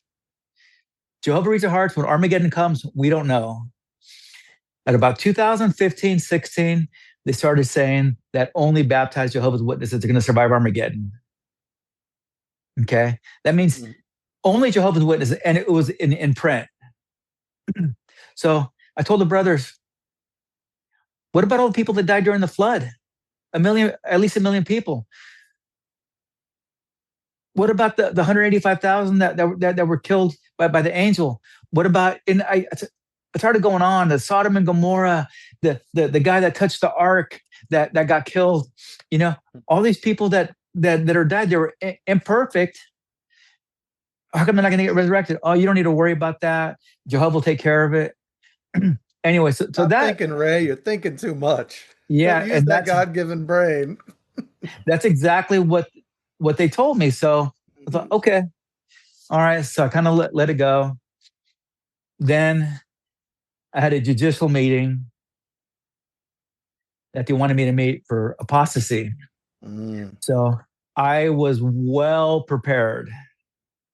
I had 2 binders this thick, 3 inches thick, with tabs on everything, on Bible chronology, on how do we get the Bible dating, on 607, on CSA. I had newspaper articles. I had the Royal Commission.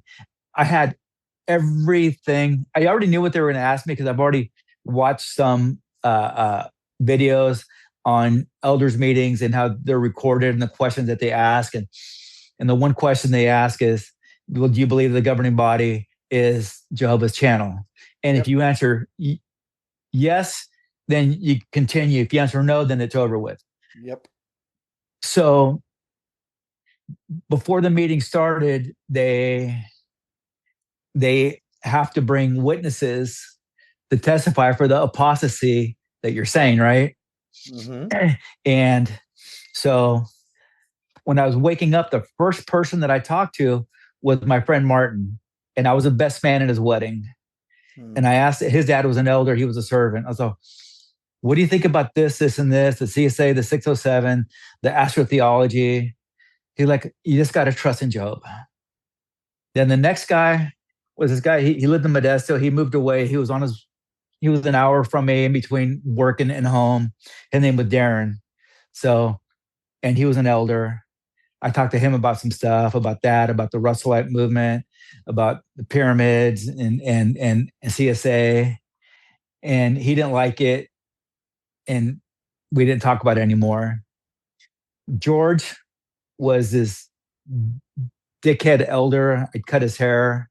I was cutting his hair one time and I can't remember what we talked about, but he was there as a witness against me. And he said, gee, Ray, I've been an elder for 25 years and blah, blah, blah. And boy, the stuff you told me in that 5 or 10 minutes when you were cutting my hair, I cut his hair for long. We only talked about the religion for a few minutes. He's like, man, you really shook my faith. I had to go home and pray. And it took me a long time to get over it. I was like, really? And this is in front of the other elders. I was like, really? You've been an elder for 25 years and a 5-minute conversation about you thinking that almost shook your faith? Yeah. Then there's this other guy named Anthony. and Anthony was one of the guys on my disfellowshipping committee later. I cut his hair every month for 20 years. Nice guy. He was testifying against me that I was asking some questions that weren't appropriate, that he couldn't answer. Another one with his elder, Brian. Brian, we've known each other forever. He was younger than me, but he was an elder. His dad was an elder. Cool guy. And he testified that one time we were over his house and we had just had that Watchtower study on David and Bathsheba. And we're talking about the meeting. I was like, yeah, it's kind of crazy how Jehovah's a baby killer. And they're like, what? I was like, yeah, Jehovah's a baby killer. He killed babies. No, he doesn't. Where'd you get that? I thought, well, today's Watchtower. David and Bathsheba sinned under the Mosaic law. They should have been put to death. But what did Jehovah do? He caused the baby to be sick for 7 days and then killed it. Yeah, made the baby suffer and killed it. Yeah, so Jehovah's a baby killer. Well, he didn't like that. He testified against that. Another one was Anthony, another Anthony. He was saying that I was asking him stuff about the CSA, and he was a witness against me also. And I said, anyway, I'll get into that later. Then there was another elder. We'd had a long talk, and his dad and grandfather were also questioning stuff, but they just put it away. So he already knew about the miracle wheat, about the 1925, about all the Rutherford changes. but he's like, he just kind of put it away. So all these guys testified against me, and I went to my binder and I said, brothers, I did what the organization asked me to do. What, question stuff? I was like, no. The September 2019, paragraphs 4 and 5 from the Watchtower says that if you have questions or doubts, talk to an elder or servant. All these people that I asked were all elders and servants. So how can I get in trouble for asking them these questions? Okay. And then we went to the next part, and they started asking me, well, what am I having problems with? And the CSA was a big one for me. I kind of went over the arc and case study number 29 and all these other things, and the victims and the 2-witness rule. And then we went into 607. And then they said, well, didn't you read the articles October, November 2011? I said, yes, but they misquoted this, and this. And we talked about cuneiform tablets and how we get to the absolute dates and to 539. And then I told them, I know we have to believe in the organization, what the governing body tells us, but science and archaeology and cuneiform tablets are telling us different things.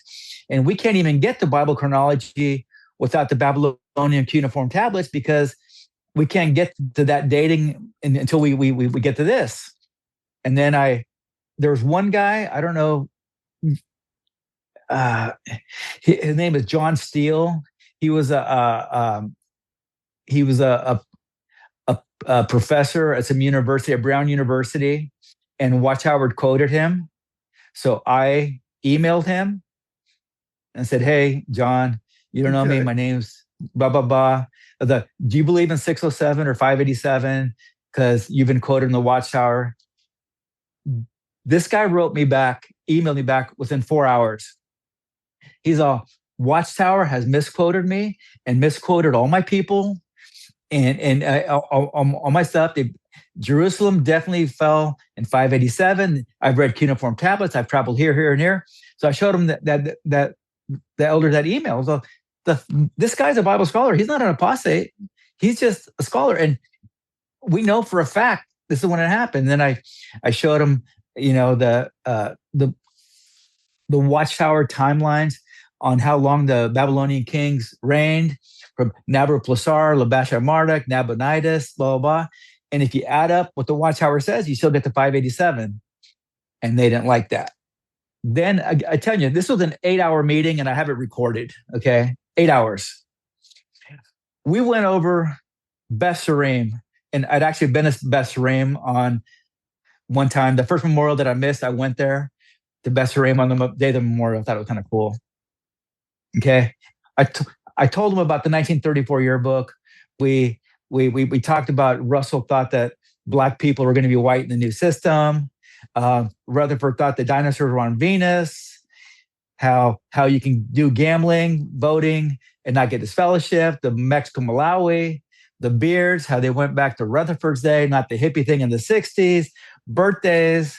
I had my whole chronology there on Joseph Wendell, Nelson Barber, George Storrs, the Millerites, the Seventh-day Adventists, the disfellowshipping thing from 1948 to 1952, have the article, the 1914, that Russell thought that the last days couldn't go any further than 1914. That was the end of it, not the beginning of the last days. 1799, 1880, 1874, 1878, 1925, 1975. I mean, blood, everything. 8 hours. 8 hours of this. And their heads were kind of spinning. We ended up taking a couple breaks. And they finally asked me, well, do you believe in the organization? I don't want to get this fellowship. I said, yes. They're like, well, how could you say you believe in it when you have all this proof that it's not? I said, well, those are your words, not my words. But the Watchtower from this and this date says that we have to accept what the organization tells us, even if it doesn't make sense from a human standpoint. So I'm a human. This is my standpoint. This is what was written in the Watchtower. So even though it doesn't make sense, I have to believe it. Whoa, you used that quote against them. Okay. So All right. So make a long story short, I got put on public reproof, not disfellowshipped. Okay. Okay. So shortly after that,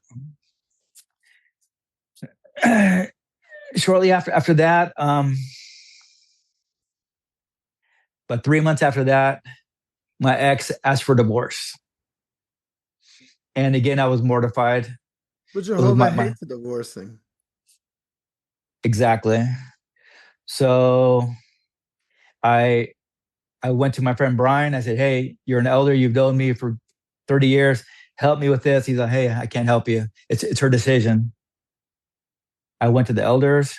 They're like, we can't help you. It's her decision. Oh, suddenly they support divorce? Okay. So I told the brothers, I have all the watchtowers from 1879 and 1916. I have all the other ones on PDF. Although nowhere in any watchtower literature since 1879 does it say you can divorce. Only grounds is death and adultery. So you can file for separation for willful non-support, extreme physical abuse, or adultery, but you cannot divorce. And they're like, well, it's her choice. And she was a pioneer because they already saw me as a danger and I knew my shit, right? Right. So I begged him. I begged her, don't do this to my family. We could live separate lives, blah, blah, blah. And she's like, no, she wants a divorce. Come to find out later that one of the brothers paid the deposit, the retainer for her divorce. An elder paid for the deposit for an unscriptural divorce. Wow. And that elder ended up being on my disfellowship and judicial committee. So, and anyway, so all that was going on, and my ex pioneer, self-righteous, Jehovah's on her side, right? She says she's going to take everything from me. She's going to make it hurt. So I knew we were heading into an ugly, long divorce. And during that time, I was a superintendent for a construction company. I was making good money. We were taking trips to New York, taking trips to Europe. She had a good life. And again, I was working 40 hours a week. I was commuting 25 hours a week. And I had about 20 hours a week in overtime and double time. And I was cutting hair at night and running a salon while she was pioneering. So there was a couple of years that I made good money, over about $200,000. Well, she got this barracuda of an attorney, and they were asking for $4,000 a month in alimony, and there's just no way. Because by the time our divorce went to trial, but how else is she going to pioneer, Ray? Yeah. Oh, I know. So what happened is I knew it was going to be ugly. I wasn't making that money anymore because my head wasn't at work and I got fired from my job. So now I was suicidal. I had so much pain that I was going through. And my only way out was either kill myself or make sure that she's free to marry. Okay. So how can I say this? I kind of used theocratic warfare on the elders. Okay. So even though we were separated, we were living in the same house. There was a studio in the backyard that I lived in, and she lived in the main house. When she finally moved out on January 30th of that year, I knew because I was still trying to hopefully get back together. Well, when she finally moved out, I realized it's not going to happen. So I have to make up a story how I can give her grounds to get divorced. There was some new light that had come out, and the Watchtower, I don't have it written down someplace, said that to show that you're repentant, if you do adultery, if you don't use protection, if it was a one and done, if you don't see the person anymore, and if nobody knows about it, you're probably just going to get private reproof or public reproof. But those are the 4 things that they judge repentance on. So I made up a story with the elders. I told them the day she left, I went out and I was so upset that she left. My marriage, everything was over. And I went to a bar and I'm not a drinker, had a couple drinks. I met a girl, we had sex. And the very next day, I told the elders. Okay, so figured all those things, and I didn't wait a long time, that I was genuinely repentant, right? Mm-hmm. Okay, well, here's the thing I left out. We were in, I'll say the congregation, we were in Sunrise Congregation. When we separated, I started going to Sierra Vista. Mm-hmm. Okay, because it was my plan for my fade, a different congregation. So I'd been in the other congregation for 9 months. Okay, so during those 9 months, and that's a congregation I was in when I told the elders that I cheated on my wife, thinking they're going to take care of it. The Sunrise Congregation, those elders, they asked for my card back. They knew Sierra Vista wouldn't disfellowship me. Once my card went back to my original congregation from like 9 months ago, then I knew it was done, because I knew that. So were you trying to get reproved, but give her freedom and just move on and move on to another Yes, congregation? that's what I was trying to do. I was So trying to you're fade still out. trying to stay in this thing. No, it gets worse. Okay. It gets worse. And they don't even let you do that. All right. Okay. So Sunrise gets my letter, have an elders meeting, a judicial committee, and in 20 minutes, you're guilty, you're getting disfellowshipped. Mm-hmm. And I'm like, wait a sec, I did all these things that the Watchtower says that I'm repentant. Well, we don't believe you. One of the elders was the elder that gave my ex the money for the divorce. The other one was the elder I used to cut his hair. And they couldn't believe this Anthony elder. He was so upset that I had a copy of the elder's book. And he kept on bringing it up. And that he was surprised. He's like, you got away from the hairs on your chinny chin chin from not getting disfellowship then. And now you're doing this. So basically, 30-minute meeting, I'm disfellowship. Now I'm like, crap, because now I have 2 kids that are at home, and I don't want to lose contact with them. I don't care about my marriage. That's over. But I have brothers, I have friends. I don't want to lose these people. So I'm trying not to get disfellowshipped. So anyway, I get disfellowshipped. And then my brother that I'm really close to, I told him I'm going to try to get reinstated so we can have a normal relationship. Then I'm going to fade. He already knew I was going to fade. He already knew I didn't believe it. But anyway, so make a long story short, I went to every meeting, every memorial, every assembly, even during COVID, when meetings were on Zoom. I had notes for every meeting, every elder that gave the opening talk, who gave the opening prayer, the closing prayer, the songs that were written, who answered. I had a journal of 3 years. I tried to get reinstated. It wouldn't reinstate me. I turned in 13 letters. 13 letters to get reinstated. They denied me every time. Wow. Okay. And a couple of things that they didn't reinstate me for. One, I spent too much time with my elderly mom. I was like, wait, she's my mother. She needs me. And they said, well, is she a witness first or your mother first? Okay. They blamed my sisters.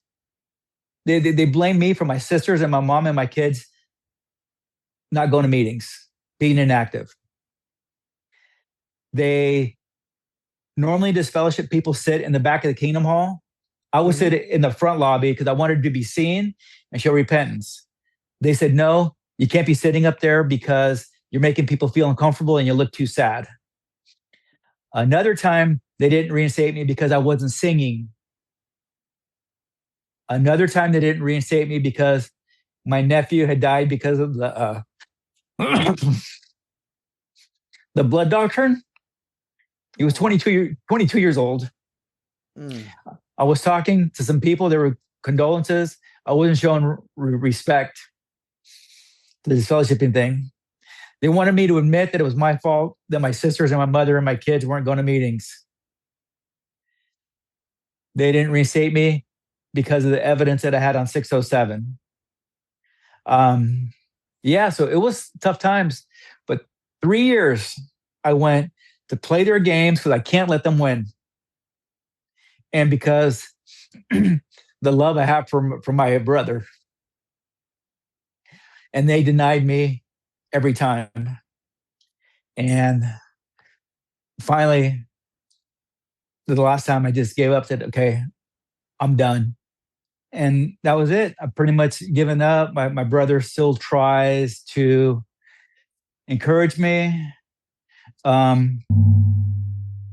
If you're feeling stuck in your life after cult involvement and can't find the life you want, leaving a cult is a new beginning on a path to healing, not some magical end itself that is healing. Relief from the immediate pain feels good at first, but that's not necessarily true happiness. The feelings of social awkwardness and isolation, lack of self-worth, perfectionism, patterns of being attracted to emotionally unavailable people, not even knowing who you are yourself, all of these things and more are lingering effects of that environment. Being in a cult isn't just following a doctrine, but it's following a culture, a way of life, a way of being that doesn't just go away because you stopped attending meetings. If you want to shortcut the path to healing instead of trying to figure it out on your own, maybe even work with me professionally in my cult recovery coaching practice, you can find opportunities to do that and also for other cool resources at my website, exjwhelp.com. That's exjwhelp.com. Wait a minute. I gotta say something. Yeah. There's a lot of shit. I don't know if your brother talks to you and just hangs out with you or not, but you, sir, tried for 3 years to get back into an oppressive garbage organization to try to get him to try to be able to have a relationship with him.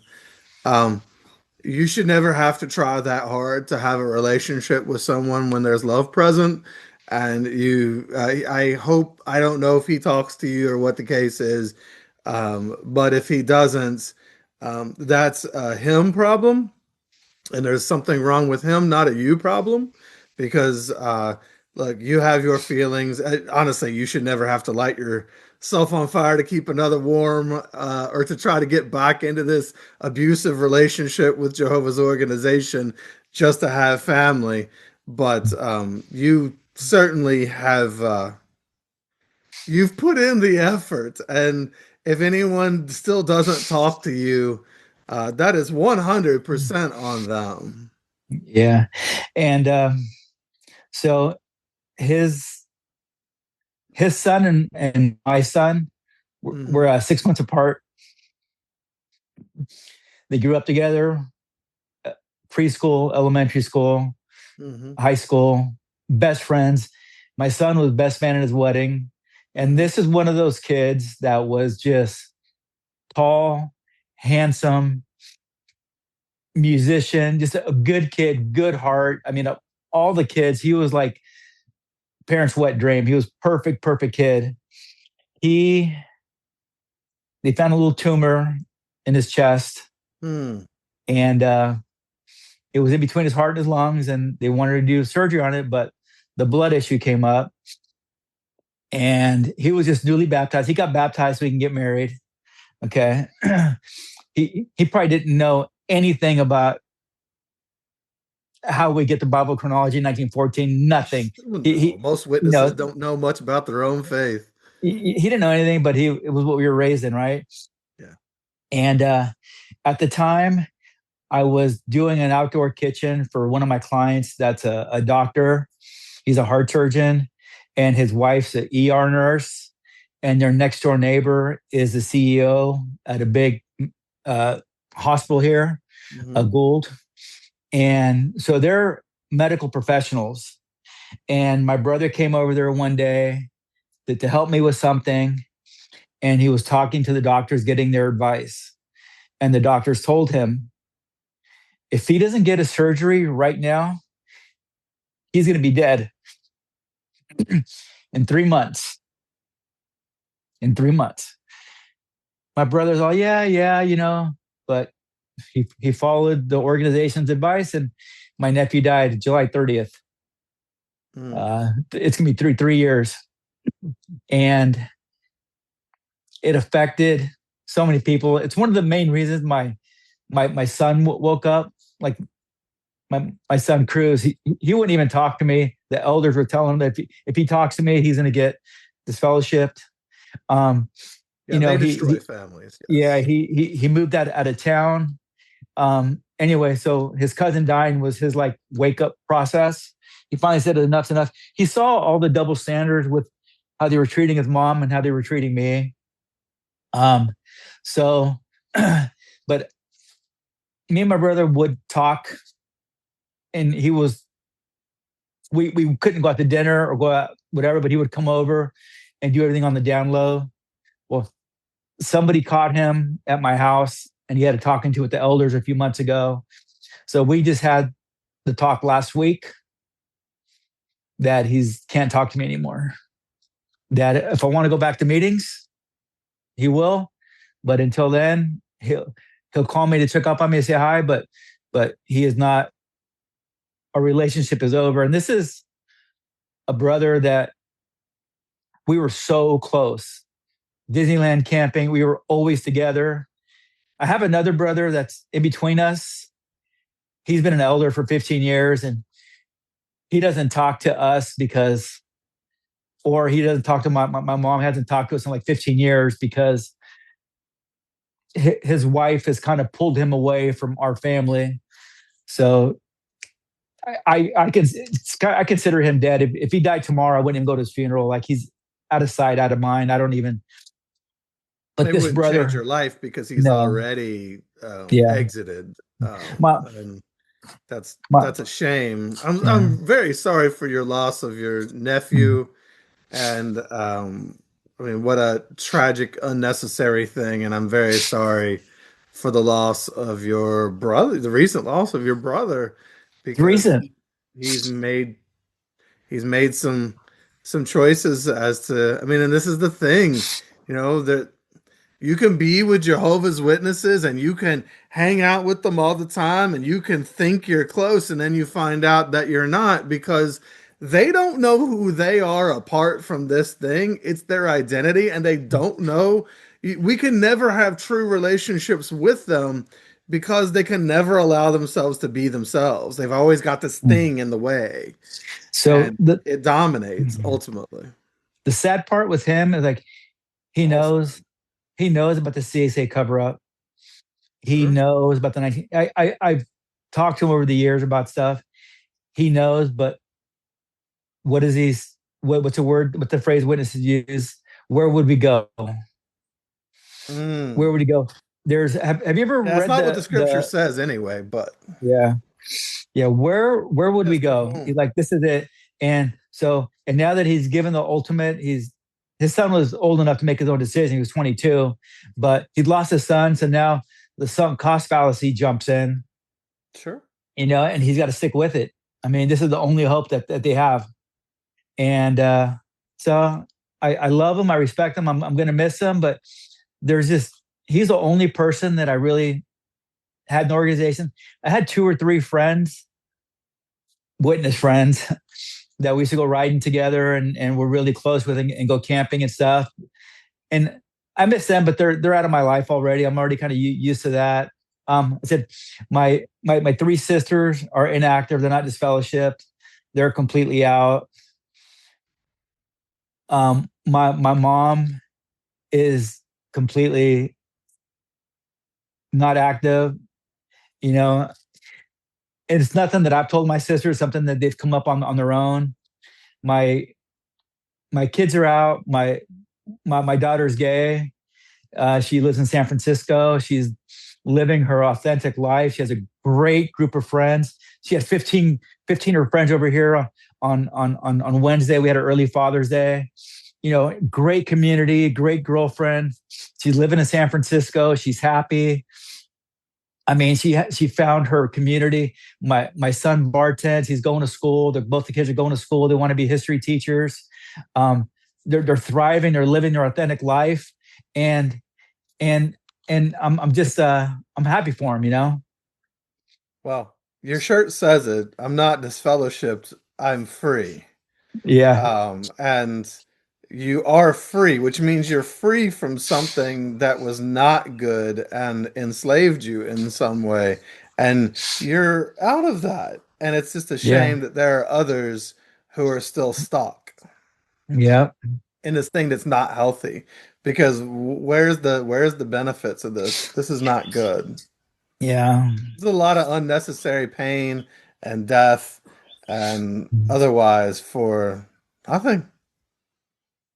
That's a shame. And Mhm. I'm glad that you got to be free. I'm glad that your kids get to be free. I'm glad that it sounds like some of your other family, your mom, your sisters, to whatever extent get to be free. I'm sorry Yeah. that there are others who have chosen otherwise for now, and I hope someday they are able to choose differently. But I Yeah. understand the things Yeah. that are in the way.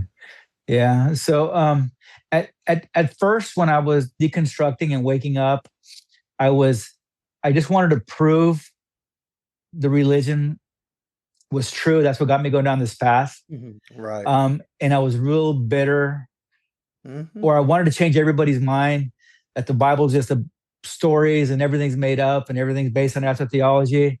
And like now, I just, you know what?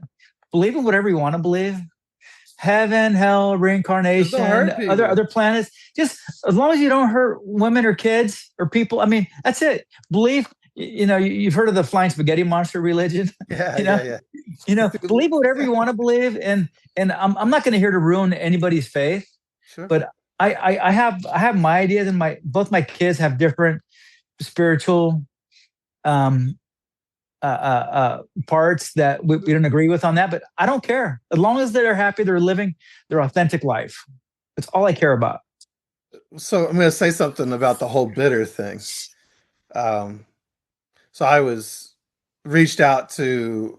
So there's a lot of people in the X community who say, you know, be better, not bitter. And Mhm. certainly bitter is not a place that you want to stay for your whole life. But if you're just immediately better and not bitter, then there's a good chance you're living in a little bit of denial of things. There Yeah. was a researcher from Columbia University that reached out to me. She reached out to me as part of a study she was doing, and we had some conversations. And in it, one of the things, now this is someone who's never been affiliated with Jehovah's Witnesses, but she was on places like the XJW subreddit, and she asked me, "What is this thing about being bitter? What is this? What is this aversion to being bitter? Why does this up so often?" And I said, "Well, it's because the organization controls people on the outside and is still controlling their emotions by telling them that if they leave, they're going to be, quote, bitter apostates, and that bitterness is something that you should not have or you should avoid so that they can't be right. You know, because I can't be bitter. If I'm bitter, then Watchtower is correct. But that's Watchtower still controlling our feelings, even though we've left the damn thing. Mhm. And it's their way because they know we should be bitter. When you've been Yeah. abused and people have died for no reason and you've lost all of this stuff, and it's happened for decades of your life, and there's missed opportunities, and you've treated yourself poorly and all of these other things, and it's affected kids and relationships, marriages, everything. You should be fucking bitter. Yeah. Maybe not forever. You want to work on healing and getting beyond some of that, but properly grieving, anger is a part of the grieving process. Being bitter for a moment is something you should be, and they know that you need that in order to heal. So they try to prevent people from even feeling their feelings after they've left. And Yep. so we should all be bitter for a minute, at least, if we care about ourselves, because we were robbed. Yeah. Well, it's like the 7 stages to uh what's that the 7 stages of grief. Of grief, There's yes. Anger denial, is there's all among that, them. and it is. Yeah, And because we got hurt. I want to make sure I'm clear on this, but I do not hate the witnesses. There's a lot of good people. There's a lot of good people. They're trying to do the best, and they're just misled and brainwashed. It's an organization and the rules from the top that trickles down. That's a part I that would say bothers that me. that does not absolve people of their own actions, because you can't blame it. I mean, I understand what you're saying. There are some nice people in there, but do good people shun their kids? Do good people let their kids die? That's not being Yeah. a good person. Yeah. No, I Good agree people with don't that. shun Ray, because Ray is a nice, good person. Mm. Good people, this is that issue with that binary thinking, right? Good and Yeah. bad, right? Yeah. Good people can still do super fucked up things. And Yeah. if you're shunning your kids, you're not being good. That's not love, and that's not loving. You have an opportunity to be good if you eventually leave this thing and get healthier. But it's a problem, because you can't blame it all on the cult, because there are Jehovah's Witnesses that don't shun their kids at all and Yeah. don't treat them any differently. And so you can see that human beings who are Jehovah's Witnesses still have their own free will exercised within the coercion of that entity. So people are still making some matter of choice, or they are still being affected. So it's not like binary. It's not all choice and it's not all coercion. It's where does that line lie? And that's why it's so hard to wrap our minds around all of this, because there's a lot going on. There's a lot of Yeah. variables, but Yeah. it's kind of hard. You don't have to hate them. You can still have compassion for them, but they're not being super good. Yeah. Well, I I've tried it because I did go see 3 therapists. Hmm. I've tried, like, I tried never using the word always or all or never, Yeah, absolutes because are difficult because there's so so many I variables. yeah. So That's why binaries are difficult. yeah, so like um my Mixed bag. sisters would get mad at me when I first got separated, because I was still trying to get back with my ex, Hmm. that I would say, well, it's not her fault, she's brainwashed. And that would drive my sisters crazy. No, she's not brainwashed, she's just a da da da. No, And it's not that easy, but I tried justifying it, but this is the part that gets me. Like, we were a really tight knit family. My son, when he graduated high school, he pioneered with his mom for a year.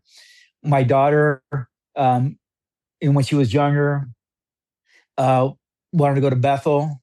So, and my daughter's beautiful, so I was going to say she's going to be the first Bethelite supermodel, and because I just love her, she is so. And my real quick, a side note, again, another side note. Mhm. My daughter is so strong, Mhm. so amazing, and such a good person.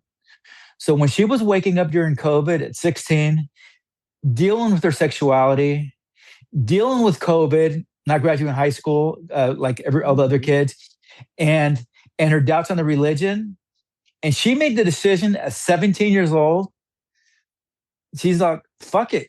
I don't care if I'm going to lose my family, my friends, my brother, my parents. I am going to do me. And for a 17-year-old to just be that strong, I mean, that's the strength that she has, you know? Well, it's not just strength, it's self-love. And Yeah. and Ray, that's what everybody wants to see with you as well, Yeah. is like, Ray, you deserve to be loved well Mm. too. And that means that you don't deserve to have people in your life who treat you poorly. Yeah. And you deserve the Mm. same love that your daughter deserves, that your son deserves. Mm.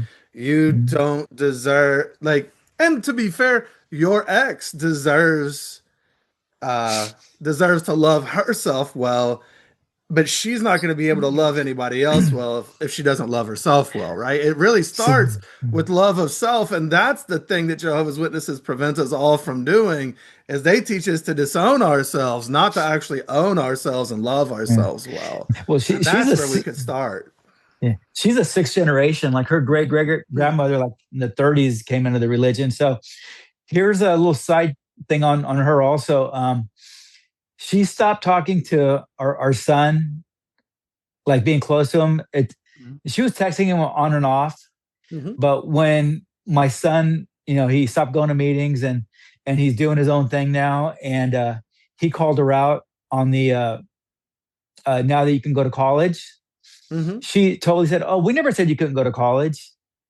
And he's like, "Wait a sec, you said I should pioneer and go to Bethel and not go to college." And she totally backtracked. The organization never said that, and blah blah blah. And he That's called called her out. gaslighting. Oh yeah, totally gaslit him. And so she has no contact with her at all.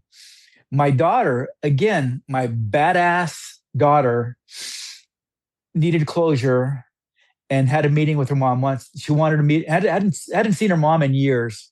Mm-hmm. Said, let's go to lunch. Basically, called her out on a bunch of stuff.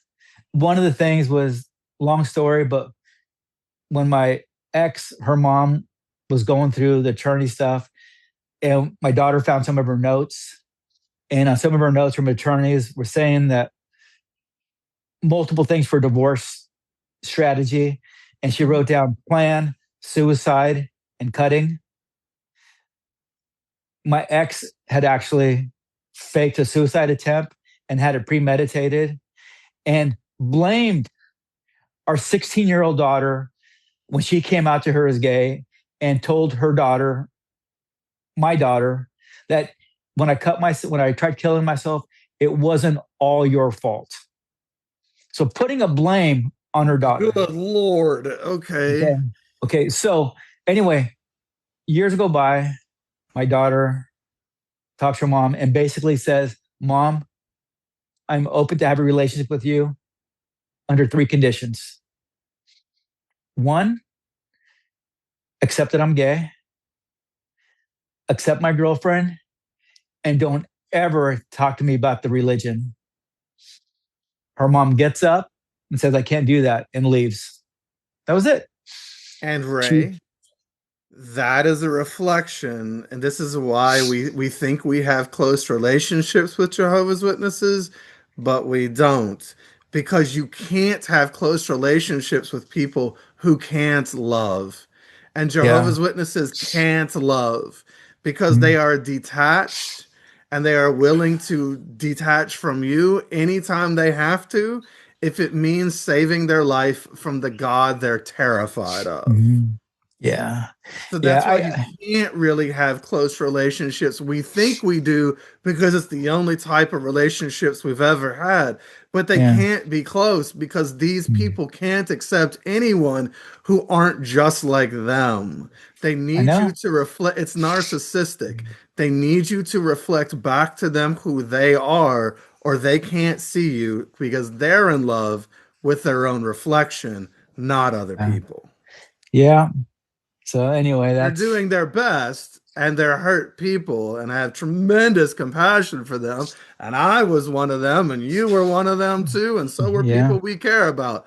My But you so-called JW life. can't really love people well or have a good life until you get out of that thing and start Yeah. getting healthy. Yeah. It's just like being in a domestic abuse situation. It's just not healthy. Mm. Well, They're yep. doing their best, but it's not healthy. I know it. Your daughter deserved better, and you Mhm. deserve better. Your son deserves Yeah. better, and so do all the Seeing, people inside. yeah, seeing my daughter here with all her friends in her community, and my son and his girlfriend and their friends. I mean, it was just, I just love it. I got a house full of kids. I mean, they're in their 20s now. They're not JW kids. And yeah, they're drinking and smoking pot and doing all this stuff that they want to do that. Oh my God, my kids are tatted up and pierced up. And like, I wouldn't have imagined this 10 years ago, you know? And you Without can them. love them anyway, can't you, Ray? I I would do anything for my kids, and they know they have an open door here. I built a studio for my son. He lives here while he's going to school. Um, I have they don't have a relationship with their mother. They have me and my sisters, and they're happy. They're thriving. They're just amazing, you know. Right. That's if you look at your story, one of the things that you've been attracted to the whole time, like with the witnesses and such, was this community, right? And you've got that today. And why do you have that? Because you're Ray. Mhm. Not because the Jehovah's Witnesses are not Jehovah's Witnesses, because you, sir, Mhm. are a person who is an attractor of people, and you get people around you, and you love on them well, and you treat them well, and you can accept them. It all started with Ray, not all the other stuff. You're the Yeah. one. You're able to do this, and I'm glad that you're doing this today, and that you still have community and you still have people in your life you care about, and you have people in your life, it sounds like, who care about you, and that is special too, Mhm. because you deserve it just like the others do. Yep. It's hard to accept sometimes that we deserve that too, but Mhm. you too deserve that.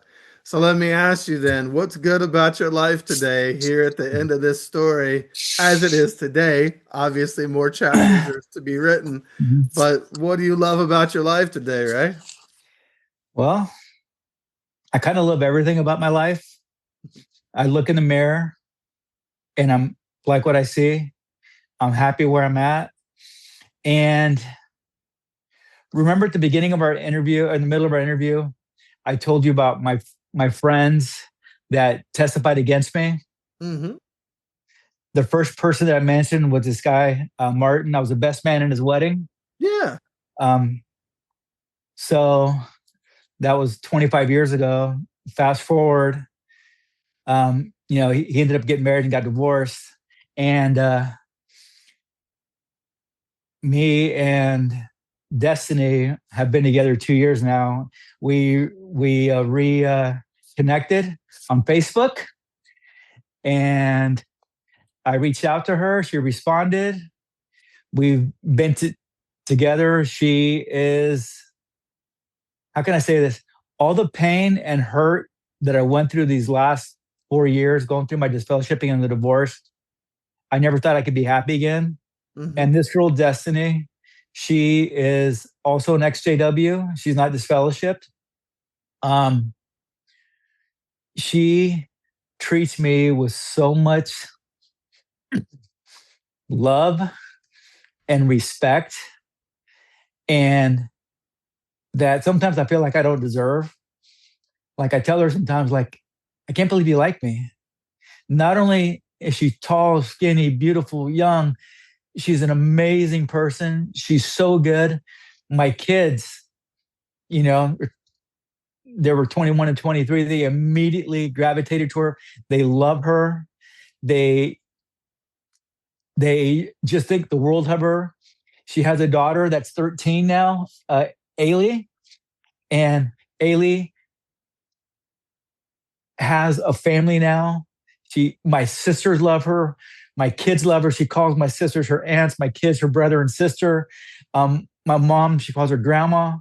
Um, she is thriving. She's had a lot of trauma in her life, and she's healing. They've been living here. We've been living together for about a year now, and I can't even say enough about Destiny. I never thought I could love like this or be loved like this, but Destiny has just been a lifesaver. And my sisters love her. My mom comes over twice a week. for dinner, and we play board games. Mhm. My mom just thinks the world of her, loves Ailey. And right now we're, I guess, June 21st, but we're going to the Giants game on August 9th. And I'm going to propose to her at the Giants game on the Jumbotron. And I have 25 family and friends that are going to the game, and nobody knows I'm going to propose to her. We'll keep that under wraps. Yeah. We'll make sure this gets released after August the 9th. Yeah. So that's it. And my life has been great. Like I'm 60. Like I feel good. I'm healthy. I'm running marathons. I'm working hard. I want to be alive for another 20, 25 years, spend time with my kids, my grandkids, my destiny. I mean, I have a whole new perspective on life. And then I just want to be the best dad, the best husband, the best son, the best everything, and just make this time count, because I think we go around once, and I'm making the best of it. And I am truly, truly happy. And I am I couldn't have imagined myself being here 3, 4, 5 years ago. I thought my world had ended. I'd actually called suicide hotline twice. I have a couple of the jerseys that you are enough. The person behind you, in front of you, loves you. I mean, it's just things turn around. There's hard times. We hear your stories, the Leah Remini story they did on the witnesses. People have gone through a lot of stuff, and you think that there's no end in sight, that your life is over. But life gets better once you're out and once you're free and living your authentic life. And again, I'm going to give a couple shout outs to you. Your channel helped me so much when I was going through my hard times before I came out. Hearing your story, the so-called JW life, and the interviews from people and where they were and where they were now was great. Sasha from Australia, thank you for talking to me and being there for me. Ben from Australia, thank you for being there for me. Cliff Henderson, XCW 5th, I talked to him a few times. He's more local. Thank you for your music and for your interviews. XCW Thinker, I mean, just everybody. I mean, there's just so many things that you can't do by yourself. It's the community that we have, and we're not vermin, evil, deranged apostates.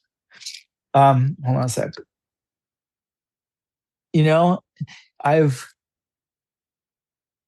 so much love from the XAW community, YouTube and Reddit, and I'm here for anybody. If anybody ever wants to reach out to me and is going through a hard time, and just remember, I'm here for you, and I'm gonna try to pass it forward like these people did for me. Oh, and then Chris Owens, Turtle Madari, whatever his handle for YouTube is, but he was great also.